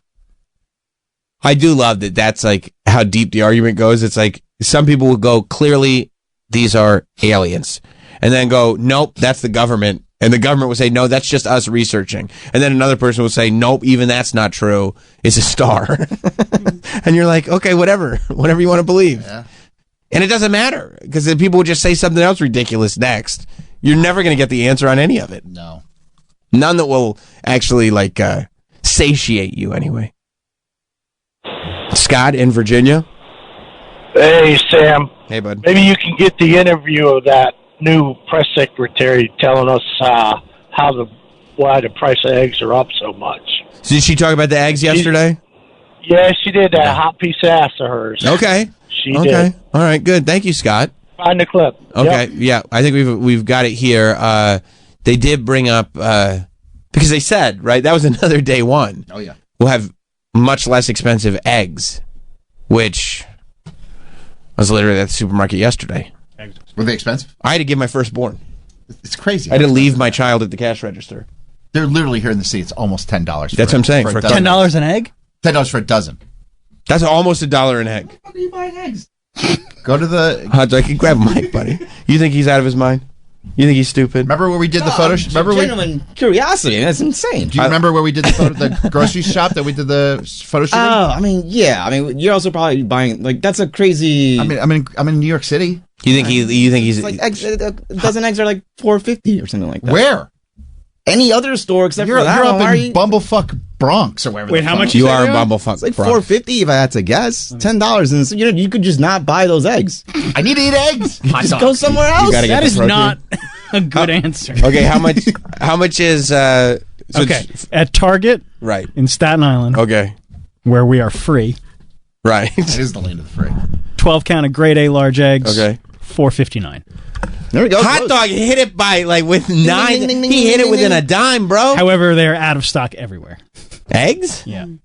But they're out of stock, or you just can't order them online? That's just Staten Island, I guess. Out of stock. We love they're our out eggs. of stock everywhere. Yeah. Trader Really? Joe's in New Jersey. No eggs. No eggs for like a few weeks. It's insane. People are so excited that the egg prices are finally down. Let's take a real advantage. Troy said they're $10. Hot dog said they're $4.50. Oh my gosh. See, this is why I get my eggs at Dunkin' Donuts. They cook it for you. And it's hot delicious. dogs at Chisler, so he knows the price of things. Bro, Remember the shrimp? The fact that hot dog hit the price of eggs within 9 cents is nuts. That's like the reverse of Bill Gates on Ellen. Like, I was really hoping hot dog was out of touch. I love it when hot dog's wrong. You know, this is one of the things. He hit it within 9 cents. He was like, it's about $4.50. He didn't even say it's like $4. He went, it's $4.50. No, $10 eggs is like a flex at this point. You can't complain about a flex. Just go to another supermarket eggs. across the street. I mean, unfortunately, where that supermarket is, that's the only. That is one not the only supermarket in the neighborhood. You're right. There's one in another 15-minute walk. Oh. Wait, 15 minutes not that long. are they always 10, or is it just because of the bird It's been going flu? up. He's lying. And it's like a nice neighborhood. The one that the shops supermarket are that rich. he's talking about. Yeah. And it's a New York And City. your racket is not, your tax racket is not bracket. Tax racket, exactly. He said tax racket. This is what we're talking But it's not your tax bracket. Hot is what I'm dog saying. runs a tax racket every April. Just buy an 80-pack of eggs. I already got my return, so. You've already got your return? Oh, yeah. You are on it. January. I texted you guys last week. No, I know. I know. I've never seen someone more excited to do taxes. Yeah, no, $10 feels expensive. You go to Costco, you can probably get a ton of them. If they're in stock. Let me check the Costco. Is that what it is? Is the bird flu is getting them all out of stock? Yeah, it's the bird flu. Wow. Let me check Costco. Wow. Eggs. Yeah, because they said once Biden's out of office, they said Biden, for whatever reason, was purposefully making eggs expensive. Is that what was happening? That's what they said. They made it seem that way to me. And it seemed unnecessary. And bacon. Bacon. Oh yeah, breakfast is just. Control. It's like we said it was the most important meal of the day, and people are taking full advantage of that. Yeah, you have to skip it because it's too expensive. Too expensive. Lunch, on the other hand, cheap. Next to nothing. Eric in Colorado. What's up, Eric?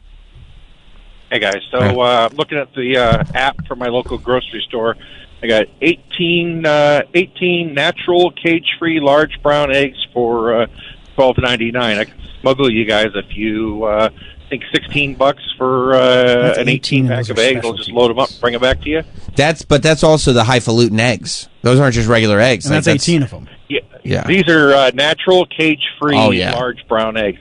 See, in Colorado, just changed the law here recently that now we have to have the healthy eggs that, they're cage-free and whatnot. But, I can work you guys a deal here. Well, yeah, I can get you 12 for $9. All right, I'm going to take your number, and we're gonna get back with you. Thank you, Eric. But Trump also said they were going to lower the price of gas, and last week gas in this area spiked 60 cents a gallon before coming back down 15 cents. Yeah. It's probably bird flu. It could be bird flu. Thank you, Eric. And what happened to Drill Baby Drill? I thought that was day one. Yeah, no, I thought that was day one. A lot. I thought that was day one of the first one, to tell you the truth. Nothing's going down. No. Gas prices actually were not that bad, like before Trump took office. Yeah, it's like $3 or something. According to Troy, because he lives in the city, it's like, no, it's $9 a gallon. No, I've been to the one place. I've been to the one gas station on the island of Manhattan. It's $9 a gallon. I don't know if you guys have seen this. They take you to the cleaner here with everything. Well, they can. They do. Well, you know why? Because a bunch of suckers live here. Yeah. So they're like, hey, they're dumb enough to live here. Right. A bunch of fools who go like this. Yeah, but the bodega's open 24/7, as if we don't have 7-Eleven in the suburbs. Just get eggs from Wegmans or something. You ever go to Weggies? Eggies at Weggies? I'll go look at what they're probably pretty expensive there, too. Isn't there a Wegmans in Astor Place? Yes. Yeah, you could probably just Uber it, too, and it's cheaper than $10. Yeah, you'd make up the price of the Uber on your ridiculously expensive eggs. Yeah, I would think. Yeah. $4.50? Yeah, plus shipping. You come out with $6. Sure. Come out with $6. Yeah, but we don't have that law in Colorado. I guess they have to get the expensive healthy eggs. I think in New York they put like red dye number 3 specifically in the eggs. I wouldn't be surprised. I think so. Okay, is this our new press secretary explaining why eggs are not less expensive? Mm-hmm. Okay. Eggs at Wegmans, $4.99. Astor Place? I don't know about Astor. Well, you understand, Wegmans in the city is going to be more expensive. So, what the fuck do you idiots want me to do? You want me to drive to Bubble? You are so aggressive. Hey, how about this, idiot? You made the choice to live in Manhattan because you're a dummy. It's not even a Manhattan thing. It's a whatever the fuck eggs he's getting. Because he wants to live in a cool neighborhood. He can't shut his bathroom door. Did you know that when Troy moves his bowels, he can't shut his bathroom door? Did you know that, Danielle? I did not know. Yeah, that's true. You don't have to bring that up to her. There's no reason to bring that up. That's true. We'll find out eventually. Yeah. And he lives with his fiance, and neither one of them can shut the door when they move their bowels. Wow. But guess what? But he lives in a cool neighborhood. It's like the equivalent of crop dusting in a different That's right. font. Well, that's right. It's worse for her than it is for me. That is a pattern that I am realizing. You pay a lot for eggs. You complain about your apartment. You live in a closet, but you don't have to live like that. Well, you do too. I do not. I'm pretty spacious. and you have 2 roommates. No, he lives in the. No. You're Mike. It's not a closet. It's the closet. I'm sorry. It's the headphones. No, it's cool. $5.79 for eggs at Astor Place. $10. He's been paying double for his eggs because he wants to shop in the cool place. Doesn't seem so cool anymore, does it? No. I'm sorry, bud. You got a lot to deal with today. I got a lot of heat coming down on me today. Well, you're all over the map. When you're saying eggs are $10. Plus, you've been the one over there. You've been hot take Troy today, right? And that's gonna, and I appreciate it. I don't mind a hot take, but the heat is gonna come back to me. Yeah, okay. It is gonna come back. Well, now we got to the bottom of it. I'll go shop at Wegmans. Pre-pandemic, they were like $1.99 for eggs. But I'm not. Yeah, okay, that's true. So yes. Plus, you go to Wegmans, you're gonna get a lot of good stuff. I love Wegmans and just have a great experience. Yeah, it really is. It is the best. Publix is better, but we don't have a Publix. Right. And he's complaining about it, hot dog, again. I wish I would. He's like, I would love to do this, but we don't have it where I live. Go to ShopRite. The fuck is there a ShopRite? He's just furious. It's just stupid. You're just saying stupid shit. Yeah, dude, hot dog. By the way, hot dog, what's your problem? ShopRite? Yeah. You come in here with that dumb shit? Who told you to come in here anyway? Yeah, why are you here? I got a badge. They didn't turn it off. Hot dog, you're welcome anytime you like. Troy, do me a favor. Check those egg prices at Publix this weekend. I will. All right. Okay. You going this weekend? Yeah.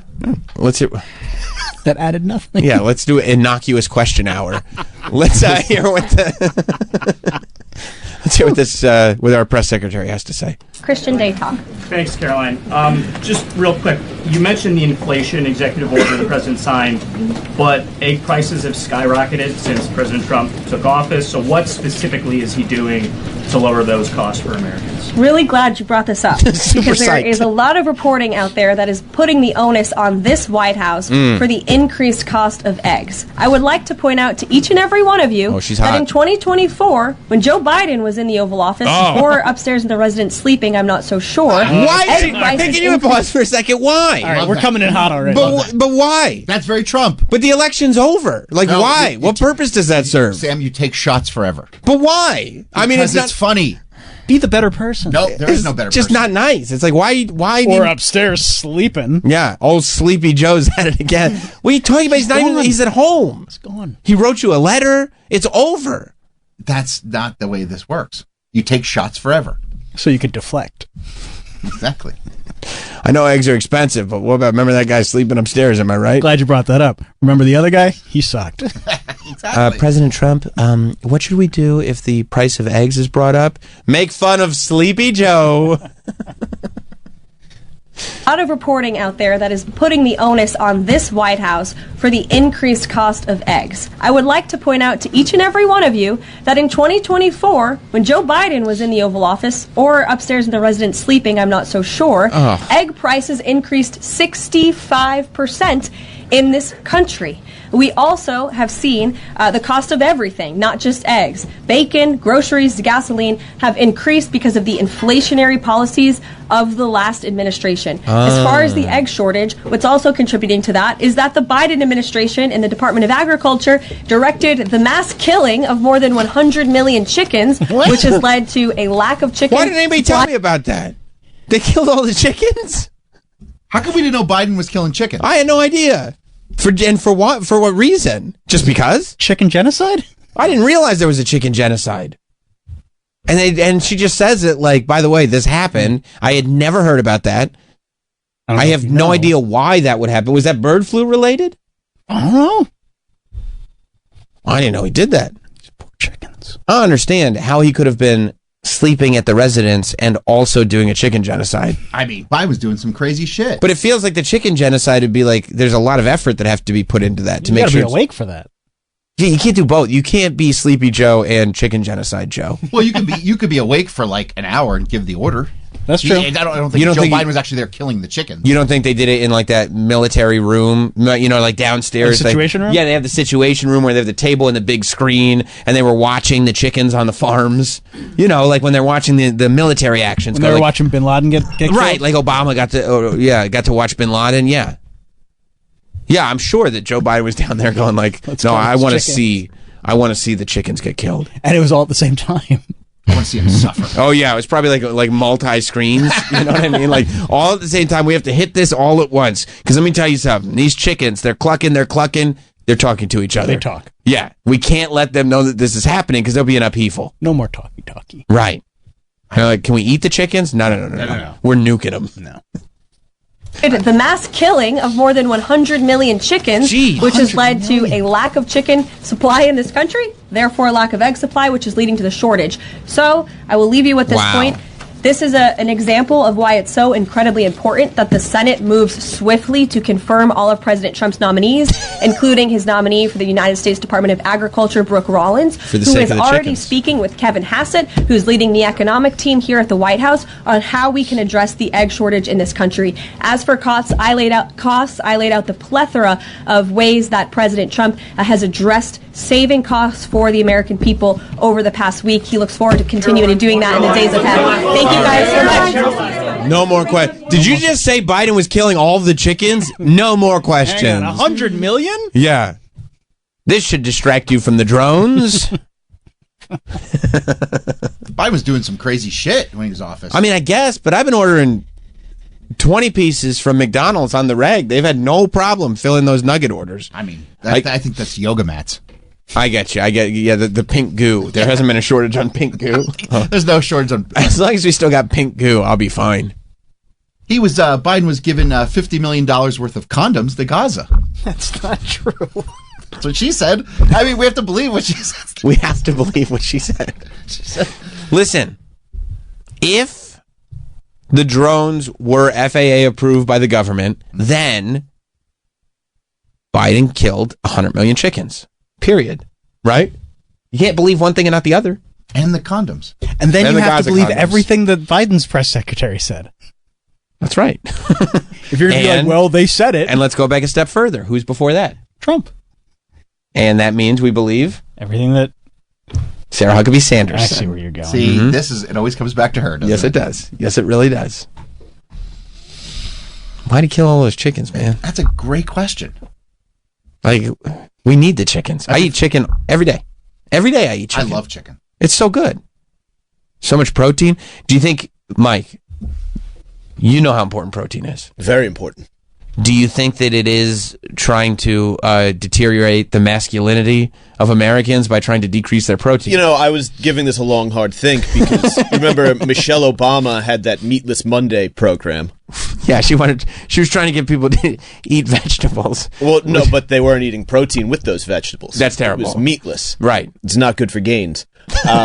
You're all about the gains. Biden is just an extension of the Obama administration. So you think that this is an active effort to decrease gains? This is the culmination of a now decades-long war on gains. Do you think that if we saw like documents that were declassified and said there was a secret war on gains, you would not be shocked? None of this would shock me because I think it probably goes hand in hand in the war on tackle football that was being waged when all of those bogus concussion stats came out.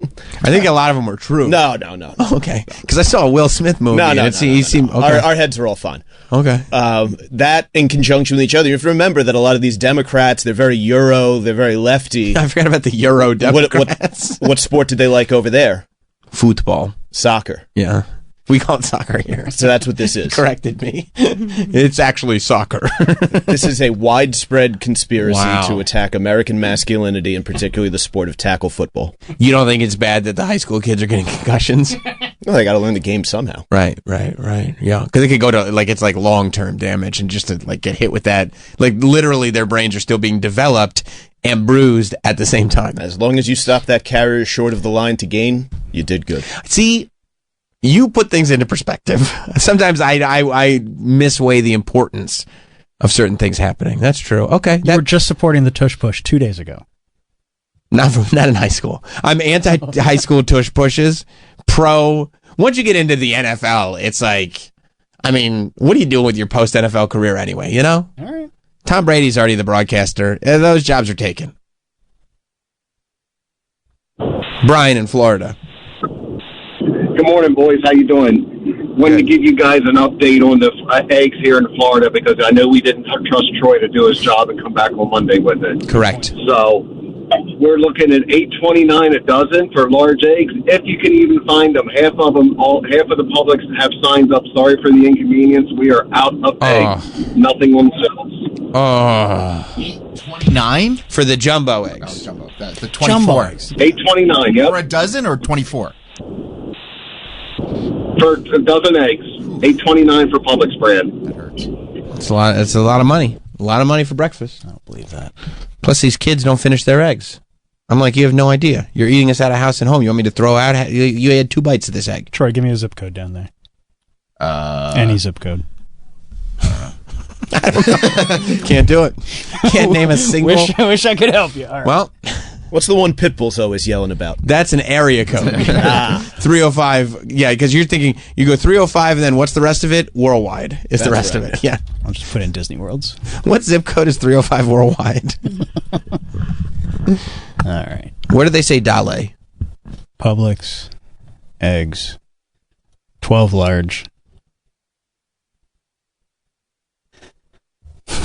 Oh, the anticipation. Oh, there's no price. There's no price. They're out. Sold out. That's Order what they're trying ahead. to say. You know why? Huh. Who's laying them? Chickens. They're buying nobody is the answer. Right. A dead chicken can't lay eggs, can it? Exactly. Oh, this Biden. He fucked us good, didn't he? Oh, yeah. I'll tell you what I'm going to do on my way out. I'm going to kill all the chickens. Why, President Biden? I just want to fuck them over. Oh, I love Publix. All right, listen. Okay, relax. I can't wait to slam a pub sub. Buffalo chicken pub sub, that's my jam. You're going to get Hot Dog asking you questions You got nobody cares. 603 for 12 eggs in Publix for pickup. 603? Yeah, dude. Still 50 cents an egg. When I went down there for the pandemic, they were literally like $1.99. That was years ago. I mean, 5 years It's ago. just standard inflation. Yeah, things just go up. It's normal. Yeah. It's tripled in price. Everybody's paychecks going up? Yes, Not mine. triple. I can tell you mine, no. Yeah. That kind of inflation, it's In not... fact, I would argue less. That would be great. Here's your cost of living increase, 40%. Oh, all right. Look, we got to the bottom of all of it. I'm glad. I hope everybody feels smarter for it. Hot Dog is here, and we may need... I mean, I know I said I was going to talk about this Jerry Springer documentary, and we still should. But also, Hot Dog has been wanting to give us an update on... he's our senior goon correspondent on the Goons on Twitter. Hot Dog has really been wanting to give us an update on what's going on with the Goons on Twitter right now. Is that right, Hot Dog? You've been wanting to do that? Like I mentioned before, there's been some negligence on the show not covering the story. Right. He feels like there's been a ongoing story that's been lacking. We covered so much. We're talking about the eggs. We're talking about Billy Corgan and Bill Burr. We're talking about everybody except... Nautica Malone. You know his name. I don't know who that is.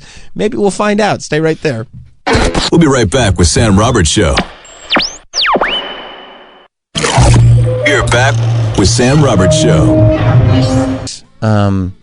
It's easy. 2 episodes. It's great. The length, anyway. I thought it was fun. Like, I thought it was good. It was a little that drip feed of nostalgia that we all enjoy. It definitely showed how dark it was behind the scenes, and how, like, I mean, they really the morality was just non-existent. They had, like, I mean, the one producer who was talking about the show where, like, it was like an incest show where the daughter was a prostitute and the father kept hiring her. And then it made him quit, right? That's the one. There was a little bit of dramatic effect because he was like, he said that this was the theme and these are the guests that were invited on the show. And then he went to the hotel room and he walked in on the 2 of them together. Yeah. And he was like, this is too much. Like, it's gotten too dark. We've gone too far down this rabbit hole. And he said he walked off the show and just quit like that moment. He didn't come back to work. He was just done. Except then in, like, the little font under it, it says he then came back to work a year later, worked that, like, he did go back. He did go back. But, I mean, it was really, it's just watching that part was like, oh, it made my skin crawl. And then listening to the executive producer, too, who took all the blame. It is interesting that, like, I think we all... You think he found that as blame? The executive producer? Yeah. What do you mean? I mean, I think he reveled in it. No. The executive producer took all the blame for what the show was. Meaning, however, not like, yeah, if you have a problem with what this show is, I did that. He took the responsibility. He took the responsibility. Because I don't think that's a better word. No, I don't you're think right. he thinks it was bad. No, I don't think so either. I don't think he thought it was bad then. I don't think he thinks it's bad now. No. Smoking a stogie the whole time, letting people know, like, look what I did. They had, like, interview footage of him from the era where he was like, there is no line. If I could murder a guy on television, I would murder him. Whereas, like, you know, now that we're really pedal to the metal on this version of the radio show, I would like to say that even if Sirius was like, if you need to murder someone to get the numbers up, that's fine with us. I go, I'm having a crisis of conscience, to tell you the truth. I don't know. I don't know if I'm going to be able to do the murder. Might pass that one off to old Trav. Maybe Trav can handle that. I'll tell you what. I finished watching that documentary, and the first thing I thought was like, wow, I'm never going to be as great a producer as they were. That guy is a great producer. Not only is he a great producer, but he made it so, like, Jerry Springer, for the rest of his life, could plead ignorance. Yep. He's like, yeah, this show is fucking nuts, dude. I don't know what's going on. I got these index cards. I got this suit.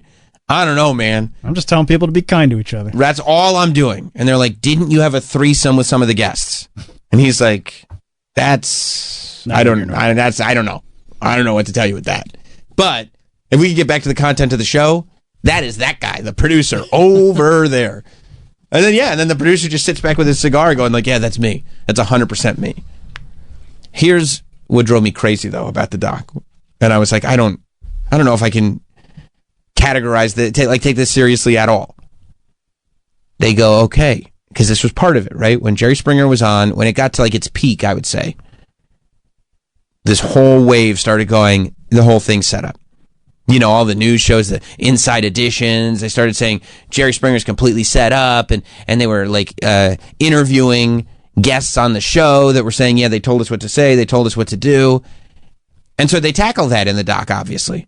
They go to the producers and everything, and they go, hey, you know, people started saying it was set up. Was it set up? And everybody on that documentary goes, yeah, I can't believe people said that it was not set up. And I go, what? And they go, yeah, no, everything on the show was legit. It wasn't set up at all. And I go, that's complete bullshit. Like, clearly, the vast majority of that show was set up. You think the majority was set up? Yes, the majority of the show was set up. Always. Yes, especially when it got hot. Especially when it got to, like, we beat Oprah. Because that was a big thing for them. That they actually beat Oprah, which was unfathomable. It wasn't physically. Right. That could have happened on the show. I mean, on the show, if Oprah had come on that set, it would have happened. But no, they beat her in the ratings, and that was a goal that they wouldn't have even have had. It's such an impossibility. Well, then what about the murder? Well, murder? What murder? He was the greatest guy around. I mean, doesn't that lend something, I think, to the claim that it was real? I think that there are some scenarios where they got some of the more, and by the way, like if you look at that scenario, so the murder, what murder?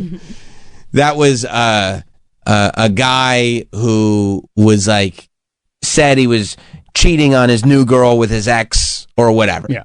Like those shows, the I'm cheating on you with her shows. Mm-hmm. I think that it's possible that they really found people that were cheating on each other, and the stuff that was not. I don't think it's possible. It's definite. Like there was a person murdered. I don't know what murder he's talking about. But no. I'm saying in general, like those, like thematically, those shows. Like the I'm in love with a horse. That's obviously real.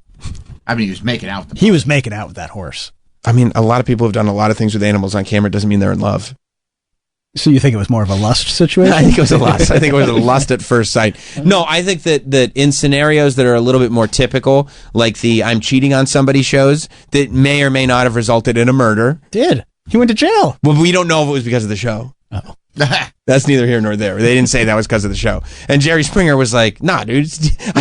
Jerry Springer's defense of everything. No matter where you got him. You could get him before Congress. You could get him before the press. You could say there was a murder. Every single time he'd go, come on, guys. TV show. What are we doing? Or he would say, if I really thought that, I wouldn't do the show anymore. And then they go, well, the evidence shows that Jerry Springer is still doing the show. So clearly... Oh.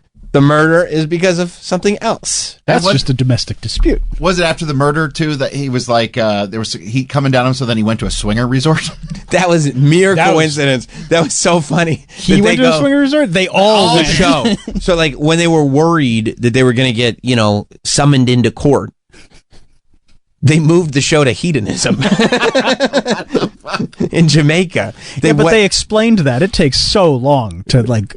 They book were like, that. Come that on. was way planned in advance. But this is how you know. They go like this. Do you really think we would do that? It's like, we're not denying that we did it. It's like, we really think we would do that? It's like, well, I guess, yes, I definitely do think you did that. Pretty smart. Yeah, it really was. When the murder, like when everything was going down, they were like, let's do not one show, several weeks of shows from hedonism. Jerry, get in the hot tub. Jerry's like, we're not trying to avoid a murder trial, are we? They're like, Jerry, what have we told you about asking questions? Yeah, sorry. Get in the hot tub. Take the index cards. Here's the cards. No, I think they're like typical cases like that where it's like, so-and-so is cheating on so-and-so. Sure. You can find people that are cheating on each other. But even in those scenarios, I think that the guests were heavily coached. And you could tell, obviously. You could tell they were heavily coached because that poor woman who got murdered, they were like, hey, guess what? If you don't get back on set, you're going to ask a homeless guy for money so you can take the bus home because we're not flying you back home. Oh, it's so fucked up. That's fucking crazy. I mean, I agree with that, but there's footage of producers like coaching them on like how to be angry and like no, you want to fight. You are so mad. Right. Like, But they I- were obviously coached. I mean, but I think as the show took off, there was more and more coaching and less recruiting until eventually, they were just like making up shows. And it just became fighting. Exactly. And I think people also got so obsessed with the show that people would make up scenarios. They would just lie. Yes. And that the producers, anybody would know they were lying. The producers knew they were lying. And we're like, fuck it. Like, we got to do 5 shows a week. Like, I don't care. Are you going to go on stage and say you're lying? No. Okay, so good. You're on the show. That's what I think was going on. But I think that they knew, every single person on that show was well aware that I believe the majority of those shows were completely fixed. Wow. Which is fine, by the way. Everybody's got to get a lot more comfortable with the idea that most entertainment is fixed. NFL, whatever you're watching. Like, just get comfortable Only with certain games. Yeah, but Super Bowl is one of them. For sure. This year. Yes. And the last 2. So, like... yeah, I mean, I don't have a problem with it, but I do have a problem. That's why I like wrestling. Wrestling, they'll be like, yeah, this is what we're doing, dude. They're not going to go, no, they really didn't like each other. They used to. Yeah, in the 1950s. Like, and 80s. Not in the 80s. Definitely the 80s. They literally... I thought it was real in the 80s. Yeah, well, guess what? You probably just found out the other day. You think aliens are real. It was definitely like that in the 80s.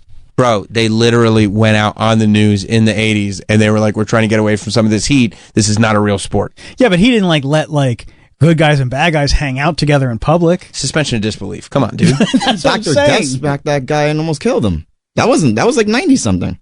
First of all, it wasn't 90 something. Second of all, it wasn't Dr. Death. It was Dr. D. David Schultz. Okay. It was in the 1980s. They were still protecting the sport.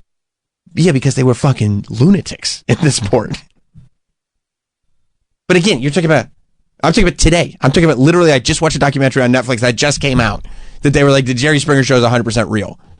If I watched a wrestling documentary right now, if they put on that Vince doc and they were like, all this legal stuff is really tough for Vince, but the real battle was when him and Stone Cold were mad at each other.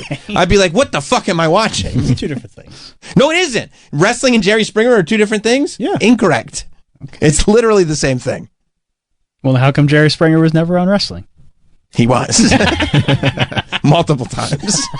And actually fit like a glove. All right, I forgot about that. The thing about when Jerry Springer would do wrestling shows, he didn't seem confused at all. He wasn't like, what are we doing here? That doesn't make much sense. He'd go like, got it. Oh yeah, this is just like my show. Where's the hard camera? Yeah, exactly. Who am I selling to? No, I'm just saying, like, could we not have said, yeah, we started faking shows? Do you think none of the shows were fake? No, absolutely not. Okay. No, meaning yes, some of the shows were fake. Absolutely. Right. Okay. And I agree with you that the further they got, especially Right. once they were on top, yes, a lot of those shows were definitely either completely fake or, like you said, they're just taking anyone saying anything so that they can get a fight on the air and have continued success. Yeah, I don't think that they set out to do a fake show, but I think that at some point the expectations for the show got so large that they just felt the pressure and they were like, well, how do we guarantee that this is good? How do we guarantee that this holds up to what people want from a Jerry Springer show? Yeah, like I don't think the majority of shows were scripted with hired actors, but probably some of them were. Yeah.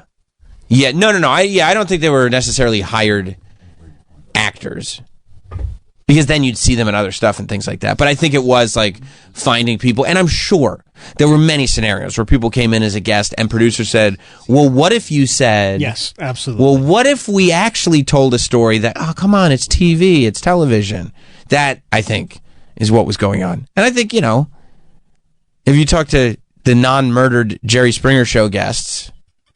A lot of them were Which probably... the majority of them are. Vast, by the way. That you can't even. Vast majority. And how did Jenny Jones get, like, her whole talk show career ruined by a murder? But for Jerry Springer, it was just like, I don't know, he's in hedonism. Let's just wash this under the rug. And well, it was part of the culture. But Jenny Jones' murder was, like, around the same time.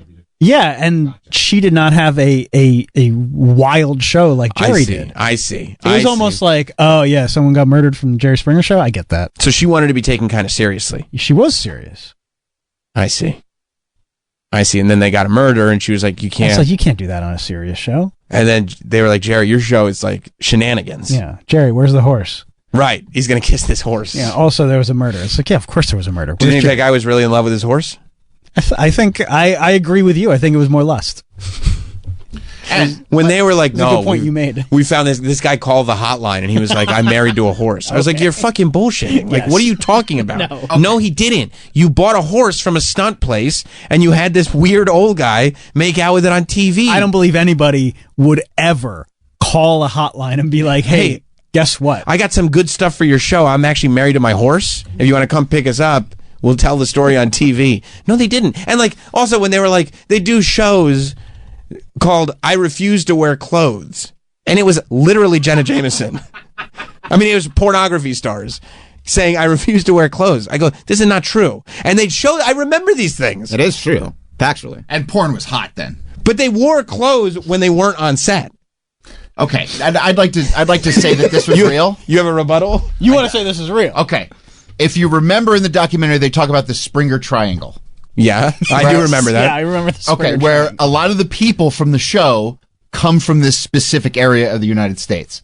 And if you guys have never gone to some of these areas, I mean, there are people that are in love with their animals. They're inbred, like, weirdos. And they're calling, and look, to be fair, Jerry Springer was so crazy big at the time that even like inbred weirdos that were in love with their animals would have been watching that show and calling the hotline. And been like, oh, I have something great for this show. I have an opportunity to get on television. He's a hillbilly from the middle of nowhere. And so it's How like, dare you? Honestly, how dare you? He doesn't, I mean, like, it's not like he has a reputation or a job. Why does he want to be on he's got a cane and he's got those big old people sunglasses. Because he's like, kind of are. He's already kissing a horse. What do you mean? Why would he want to be on the show? I mean, because it's fake. I think that he was on the show for another reason, and they were like, hey, we got this pony. Will you kiss the pony? And he was like, and they were like, we'll give you $200. $200, okay. We'll give you $200 right now. And he's like, here's my one caveat. Is it cash? It's cash. Yeah. Are you going to 1099 me? Because that's the thing. You're right. The Springer Triangle, but the Springer Triangle was also like, look, I don't know if you're going to work for the show, but if we give you $200 in cash right now, and we will also give you a return flight home, will you kiss this horse? 10 times out of 10, it's a yes. For him. Right. Not for anybody. But I mean, when you go, you get these porn stars to come on saying, I refuse to wear clothes. Yeah, of course you do. And then I remember these shows, and they would film like B-roll of them in the grocery store completely naked. And it's like, this isn't happening. This isn't a thing. Like, this isn't... You only see them during porn. You don't see them in their regular lives. I know her from her work. Sure. And I know that there's no way she's living day to day. There it is. I refuse to wear clothes. It was a real thing. Then where they get the B-roll from? Right. Exactly. You don't think they might have shot that themselves? She had to be naked in a grocery store somewhere. Exactly. Bro. You're saying those two girls lived their lives naked all the time. And they were also like hot strippers that just... Do you think that they went to the strip club and were like, here's the only thing. I can't do the beginning of the dance because it requires that I start in clothes. And one thing I refuse to do is wear clothes. I mean, they'd be arrested constantly. Is there an uncensored version of this? Yes. They filmed these shows specifically so they could put out the VHS, Jerry Springer Too Hot for TV. And they didn't mention on that either. They were like, no, those were also real shows. Okay.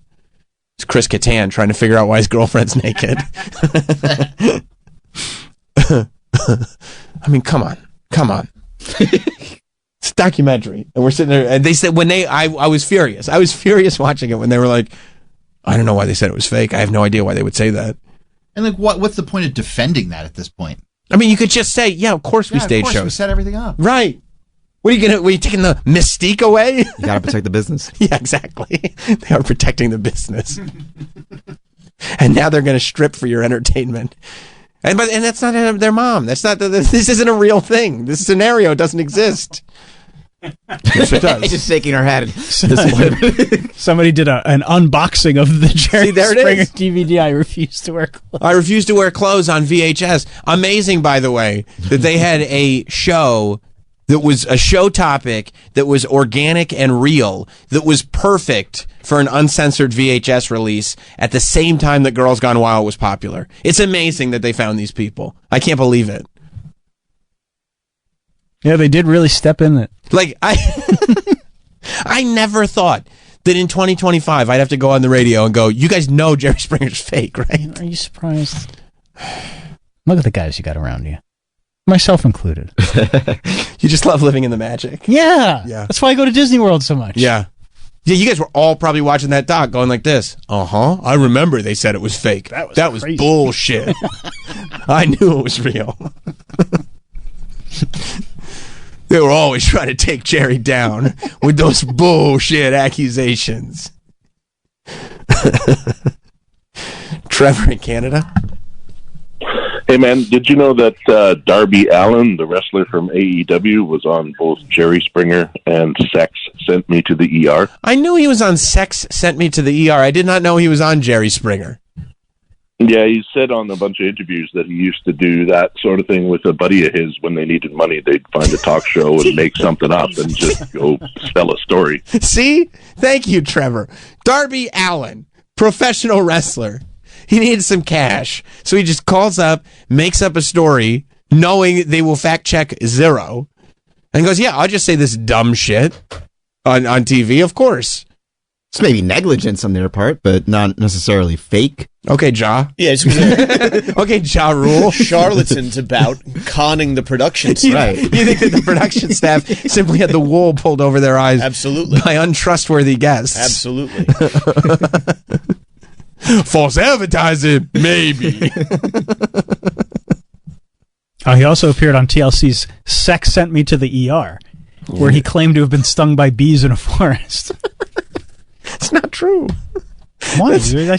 It's right there. They're still doing this too. They're like, do you have any of like the documentation from the hospital? No, I don't. Okay, cool. We'll put you on TV. And if anybody asks, we're going to tell them, no, dude, this is 100% legit. He said, I made up this fake story, forged a doctor's note that it had happened. Because they actually asked, did it really happen? See? And he's like, here's a note. I was like, yeah, here's a note. I met the girl on Craigslist. She was an aspiring actress. We came up with a story. The day we shot is the first day I met her. Blah, blah, blah. They can't keep getting away with this. It's like $500 or $800 to do the show. They flew me down to California. $800? Yeah. All right, I got to start making up some stories. I mean, this wasn't the 90s. Yeah, this is like recent, right? Yeah. That's sent me to the ER. High definition. Yeah, that's widescreen. Look at that. That's 4:3, baby. 16:9. John in Virginia. Hey guys, if you want to see Jerry Springer in real life, go up to the line of northern West Virginia, northern Kentucky, southern Ohio, southern Pennsylvania. Those towns could be their own dad. I don't know why. Yeah, I mean, it is 100% representative of certain portions of the country. Do you remember that movie, the Wild Whites of West Virginia? Oh, yes. I mean, that is Jerry Springer's shows right there. Yeah. But they were never on the Jerry Springer show. I feel like Jerry Springer is based on a true story, which is the Wild Whites of West Virginia. Yeah. The guy was like, what, a tap dancer or something? Something like that, yeah. And they did the whatever the town was, the mating call, and they shook the bottle of Vicodin. Yeah. I mean, those are real people. Yeah, those are definitely real people. I mean, we literally, and God rest his soul, I love Jerry Springer, the best. He came into our studio and he said, the great part about Judge Jerry is these are real cases. I was like, okay. Yeah. And then we saw Mike Boschetti on the show. We're like, what the fuck are you talking about? You don't have to lie. Sandy Kane was on the show. Mike talked all about, they give me $100. Yeah, he did. Mike Boschetti completely exposed them. Yeah, I just had to say this. I mean, Jerry Springer had a product to sell. But why do they gotta do this? Because if Jerry Springer went on and it was promoting a show and was like, hey, just so you know, this is all fake. Okay, but then why do they go like, hey, remember that show 20 years ago? Why can't they now say, of course we made it up? Maybe they're under contract. You think they're under a lifetime contract? You can never, until the day you die, say that this was fake. Who knows? Maybe they were making stupid money. It's like this for your lifetime. You have to say this is real. I think they took pride in it. Yeah, probably. I think they took pride in it. They want people to believe I think they feel like there's there's a sense of legitimacy to it if it's not set up. I don't think it makes a maybe difference. on their deathbed. Maybe they'll. Do you think on their deathbed? Yeah, maybe. That's how we'll get the guy who assassinated Kennedy too, right? Deathbed. Yep. Remember that? Maybe. We're waiting. We'll get it. It's in the docs. So yeah, look. As far as the Jerry Springer doc goes, it's fun. It's fine. Nostalgia trip. Yes. A little dark. Yes. Not a ton of new information. No, it was a easy watch. It was an easy watch. Yeah. Full of shit. Yeah. I mean, we don't need the Jerry Springer show anymore because we have real life. We were saying, Hot Dog, you were saying that we had neglected our duties as a show because we hadn't been covering. First, there was and I don't know, I mean, it's a little distasteful to even say, but there was a Goonacide. Unfortunately. Rest in peace, God rest his soul. Yeah. And then over the weekend, there was an all-out. There was a Gooneral. There was a Gooner. Yeah. So first of all, Hot Dog, explain to me what is a goon? Like, what makes a goon? Well, so an article that I read actually had a proper description for gooning, because you never know. Because you had said that you thought Troy was somewhat of a goon himself. Yes. Okay. What is a goon? Danielle, have you heard of gooning before? Like, not really. Right. I'm on the edge of my seat. All right, Hot Dog, get to it. Yeah. So, I mean, being a goon is basically someone who excessively masturbates and can't. And just can't control themselves. So you're saying the way Troy last week said that he was anti-erection now is because he was gooning. And he's also talking about like clearing the fog, right? At the office, in the bathroom. Like he's a certified goon. I didn't realize that's what a goon was. Right. See, all right, so here you go. Okay, that's the last thing you want to be. All right, so gooning, the definition in this complex article is, this of course refers to the act of constant, nonstop self-gratification of the sexual variety. So, right, that fits into a T. You're kind of a goon, dude. It's prolonged edging. Gooning is prolonged edging? I see. I got it totally wrong. I don't think it's edging. It 100% is. You can goon off. I've never heard what you are saying right now. You can jerk off three or four times a day, and you're a goon. You're supposed to be our senior goon correspondent. Yeah. What's your source? Urban Dictionary. Urban Dictionary is the shit. Urban Dictionary is the shit. And you are, man, you are creeping out of the demo, huh? Well, yeah, I'm going to complex instead. That's on me. Since a gooning state can only be achieved after edging. Oh, it can only be. Yeah, you can only achieve gooning state. Oh, I see. So that's why. Thank God for you, Travis. I mean, for keeping us hip. I don't know why I got to do everything around here. A little bit. Hot Dog likes to use context clues and just try to use words and sentences properly and hope that nobody asks him to define what he said. You said a bunch of words. A prolonged state of masturbation. No, you're right, except for the climaxing. Yes, I didn't know about that. You know what? That's fair. That's fair. I wasn't on Urban Dictionary. You were in the ballpark. A real man admits his fault. I mean, is that, I guess, what he was doing in this parking lot? He was edging? Nautica Malone? Yeah. Say his name. Thank you. Say his name. Okay, so, and that's why it's called gooning, because you end up in kind of this trance where you're kind of like a goon. Okay, and this is how you would use it. When this state is achieved, the male becomes freed of all social codes of conduct, and his arousal alone dictates his reactions. This is exactly what you've been talking about, Troy. This is the fog. As a result, a gooned out man will become very expressive and demonstrative. He may become very vocal, while his body and face might take on undignified expressions and poses, all in response to the intensely exquisite caresses his penis is exposed to. Hence the term goon. Okay. This seems like it's for the youth. So if you're gooned out, I mean, it's a problem that has plagued generations. It's just the youth has defined it in a new way, I think. We put a word to it. Honestly, like, half the time that Mike is running the board, he looks gooned out. Well, so there's just an erotic energy in this room. Maybe that's it's what hard it is. not to. Maybe that's what it is. Okay.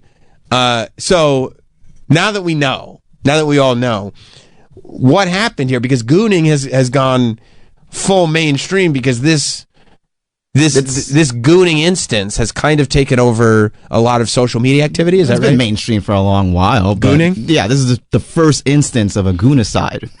a recorded one, at least. Recorded goonicide. What is a goonicide? When All right, well, we should probably start at the beginning. Okay. The beginning of this video? I mean, Well, this, to my Before we get to knowledge, goonicide. this is a drive-through that this young goon had frequented, correct? 27 years old. So much left. It was a bikini barista in Arizona. Oh, come on. This is one of those places where, everybody that's working there is dressed in bikinis. I think it's a bikini. You think it's a trap? Oh, big time. So I don't know if it's a trap when you know exactly what's going on. Well, what are you supposed to do when you're driving saying, through? He's saying it's entrapment because it's like you can't say don't be a goon here, and we're giving you every reason to goon out. I think you're supposed to do like what any normal person would do, which is be like, "Thank you very much for the coffee." While they were in bikinis? You're saying like what do you do when you go to Hooters?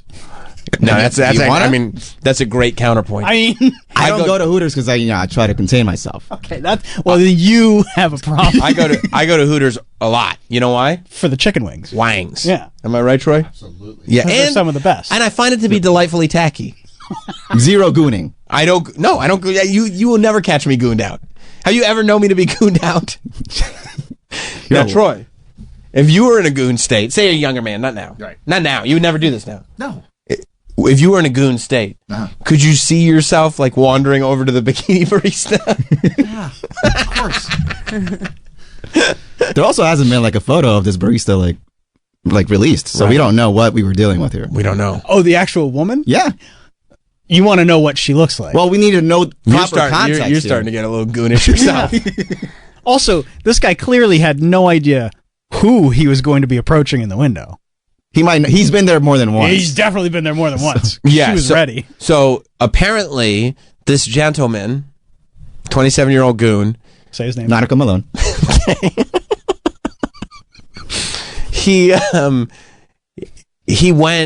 had been to this bikini barista for more than once. Yeah. Right. Yeah, the lady in the video multiple times. Yeah. I mean, she was ready to be recorded. Yeah. And correct me if I'm wrong. He had a uniform, let's say, for every time he would go. Is this true? I didn't read that. Oh, did he? Well, didn't he have no pants on? Oh, yeah. Yeah.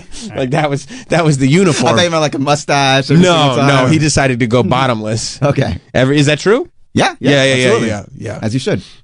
What? I actually think they tell you not. They should say probably, even if you're in your own car. You're in your own car. You have to wear pants. Yeah, it's sexual assault. There's a door there. You can't see what he's doing unless you reach over, so she kind of invaded his privacy. Well, the window to his car is open and she's raised above him.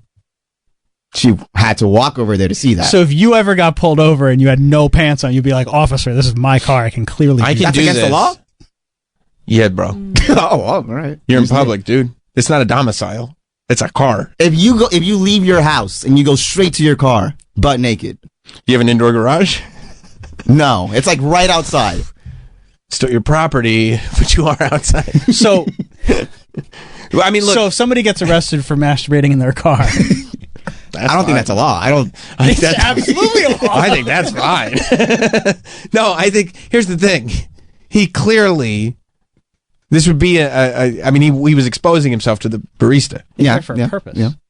Which that is illegal, immoral. That's bad. Yeah, it's indecent exposure. Is that the law? Yeah. Yeah, that's the law. Okay. Yeah. Everybody knows. That's indecent exposure. Right, if it's public.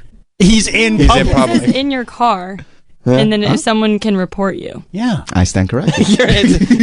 Danielle's still a little shaky on it. Still a little wiggle room on that, but yeah. Hot dog, you shouldn't be learning about this in your mid-30s. I don't even drive, so it's not like I don't know any of the car laws. To be fair, he doesn't have a license, so he never got to that page of the DMV handbook. You don't know much about car law.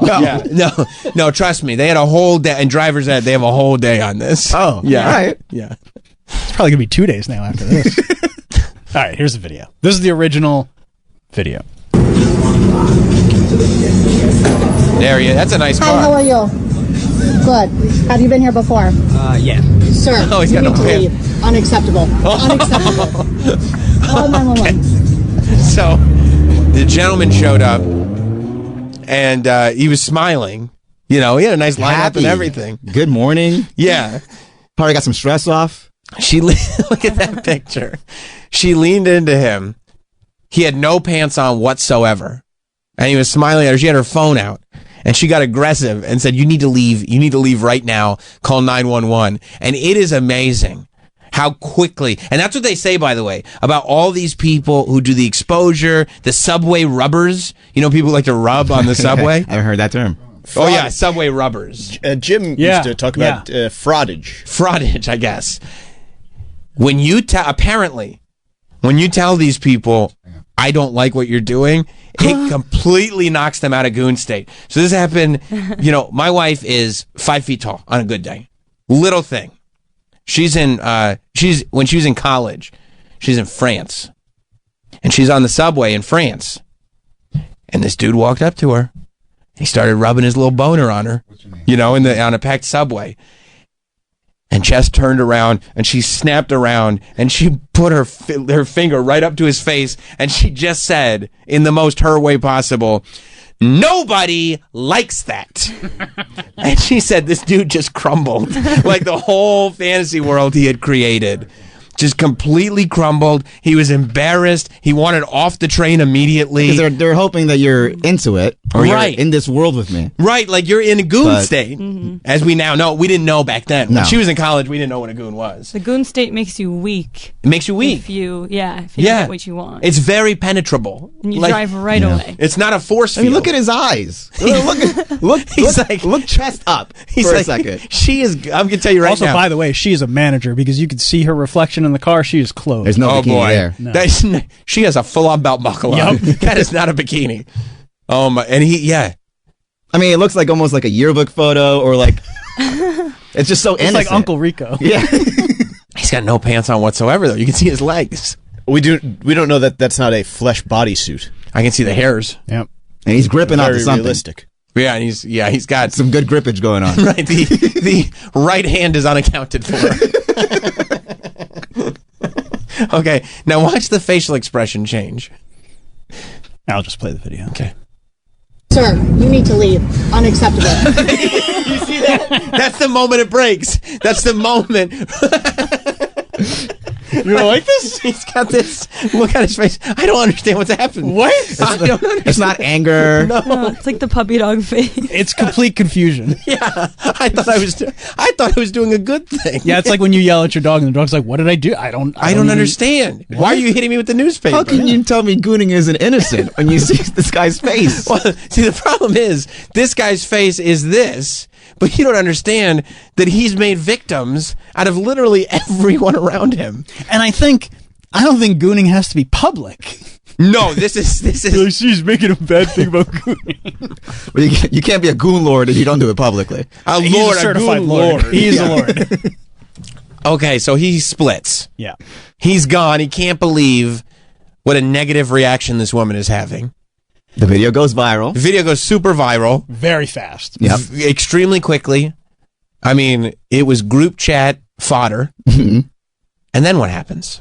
And then January 11th, if I believe I have the date correct, he was found in his car, shot in the head, suicide or goonicide, as they're calling it. When you tell me that he ended his life, I go, for a second, I go like, oh man, that sucks. Like, if only he had, Lost a like, good one. if only, no. That's a good one. I go like, that's crazy. Like like I wanted him to be embarrassed, but like, oh man, like he had so much life to live. And then one person says, yeah, goon aside. And I go, no, don't make a joke out of it. You completely knocked me out of it. I was being a human being for a second. The internet was, I was a human being for a second. And the internet was like, no. This is a funny thing. This is goon aside. No, it's not a funny thing. A man's life has ended. And they go, by how was the end? How was his life ended? Gooning and a bullet to the head, goon aside. And now you've got people going, and it's not funny. That's a woman. You need to stop laughing. Visited the goon aside. Stop laughing. It's not funny. This is bad. This is what's wrong with kids today. I mean, it's got to really suck for the people that are still that work there. Well, they go out to Bikini Beans in Arizona there, and people are holding vigils for the goon. This is a real person with a family. He's married. With two kids. Yeah. Imagine how his family feels that they got to move. They have to move. Or they can honor his memory. Like everybody else is doing? Like everyone else. In fact, they had a statement too. He left a note for his wife on his phone. Wait, how old are the kids? Very young. Because he's like in his 20s. Wow. Okay, so here's a statement from the family. Is gooning genetic or no? We don't know. It's the research is inconclusive? Yeah, it's inconclusive. So the family said, though Nautica may not have liked being the center of attention, he deserved to have his long years of fatherly love honored. Read the obituary. Fatherly. He was a man of integrity, kindness, generosity, and left a lasting impact on everyone who knew him. Wow. I mean, he did leave a lasting impact. That is true. Fuck. This is your fucking legacy, dude. It sucks. It sucks. But at least... Then why are you smiling? Because it's funny. I don't think it's funny. The last goon. Wait. What's going on here? There's a man. Well, this is when they held the gooneral. Wait. What's a gooneral? A funeral for goons. Where'd they hold it? They held it in front of the Bikini Beans? Yeah. It lasted for 20 minutes until the cops arrived. Like you can't. Goon. I don't think it's funny. He was goon. He's got a candle. They got a spiritual candle for him. They said goon too soon. Goon too soon. Are they making statements?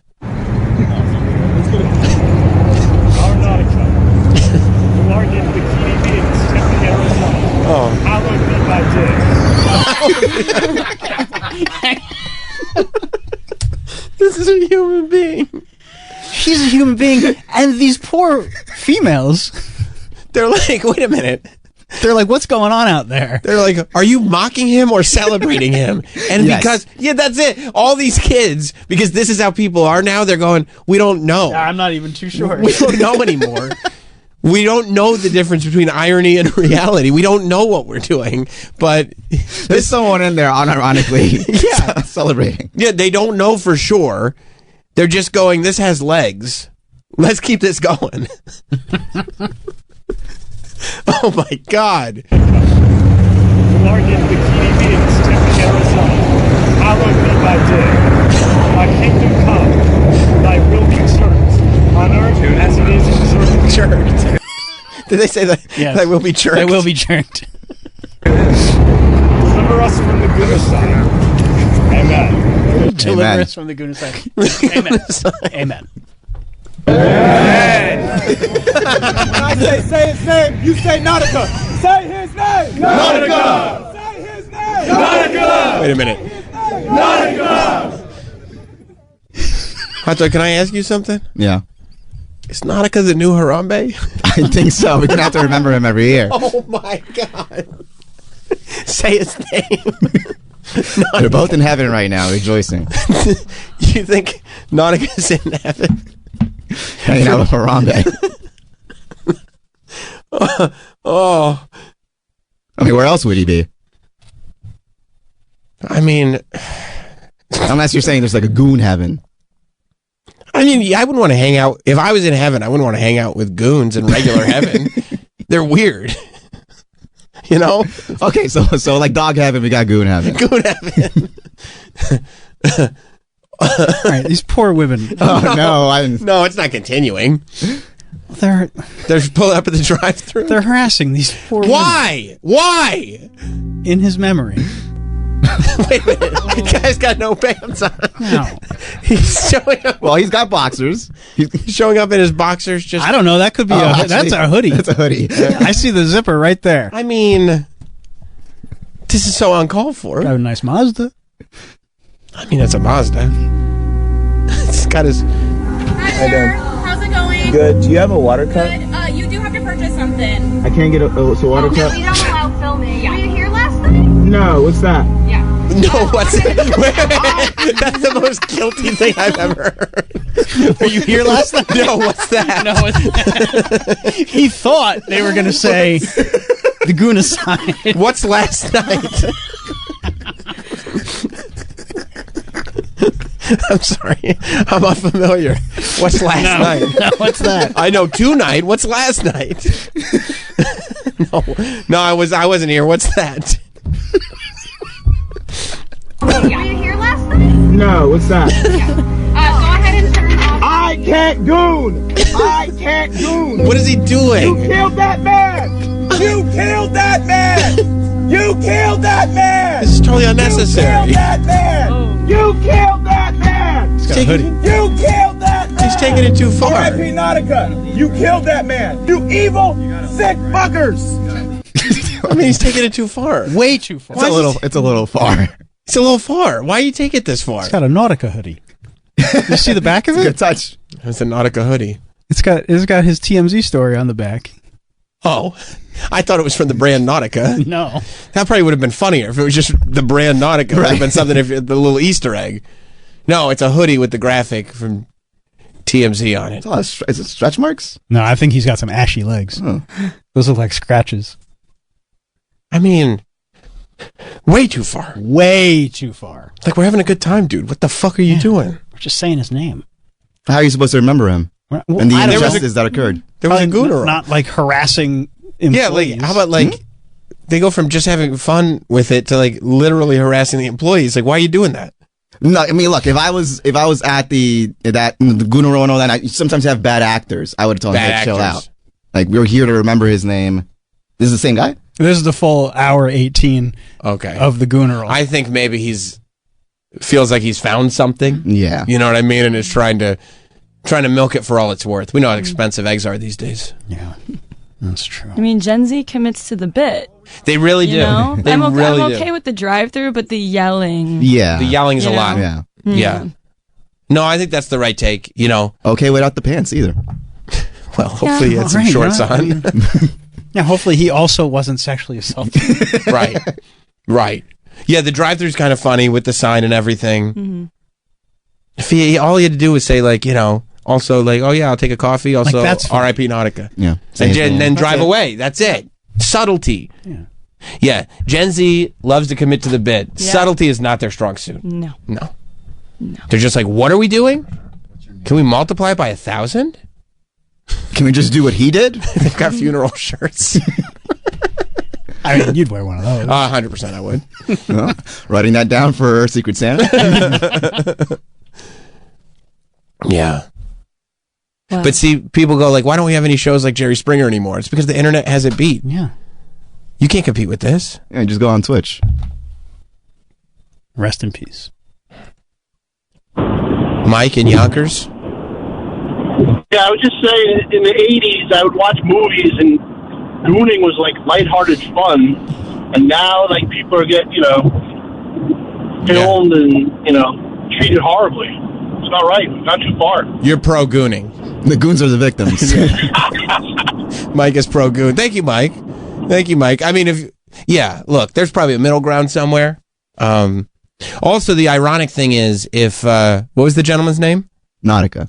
If he had just kind of not said anything about it and just let it go, it wouldn't have been a thing. You know what I mean? It's become so much of a bigger thing because of.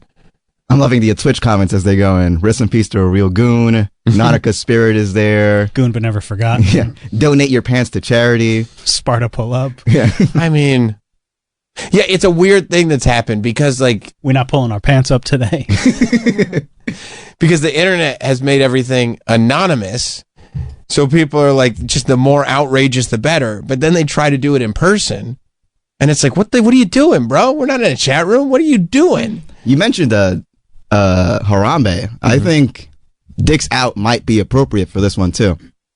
Even more so. Even more so. We said it just as a silly thing for Harambe, but now? Dicks Out for Nautica. No, you're right. Sounds weird. It sounds a little weird. But he is the goat. It says the goat on there. Wow. I mean, so disrespectful to his family. I mean, he did way more damage killing himself to his reputation than he would have if he just let it slide. We would have forgotten about it. We would have forgotten about it in a week. It would have been a local story. That's it. It maybe. A Twitter story for like 3 days. Not even 3. Yeah, I would have given it 1. Right. 1 day. Fun for a day. Oh, did you see this guy? And then we would have moved on. Now, there's a whole saga that you had to share with us. Well, I'm glad we got to the bottom of that. It's important stuff. And thank you for finally. Do you think we did it justice? You did.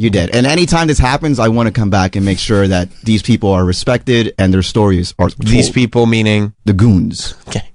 Well, I think it is. I think we can. I'm not, in charge of Lazy Eyewitness News. That's Mike's deal. But I think making Hot Dog the senior goon correspondent is fitting. Yeah, I think we can put him on the payroll. Okay, great. So you are guys officially on a payroll? Mm-hmm. Oh. Yeah, we'll get McClure to expense all of it. That's right. Just shoot him an email. Yep. I think. Go goon at a coffee drive-through, and then just invoice the company for the coffee. Thank you. And for the bail money. No, just the coffee. Just the coffee. They'll cover the coffee. Okay. Yeah. Should he walk through the drive-thru? Yes, I think so. Yes, that's right. Can't drive. He can't drive. No. Oh man. All right. Great stuff, everybody. We're going to be off tomorrow because I'm traveling to Indianapolis. Unfortunately, I will miss you guys, okay? I love it. But we'll be back on Monday. We'll have some great best of shows. We'll see you then. Pants down for... Dicks Out. Oh. No, we're not doing Dicks Out. It's too much. Dicks Out for another man. Too on the nose. We got to go. See you later. This has been Sam Roberts Show. If you missed anything or want to hear it all over again, check out Sam Roberts Show on the SXM app.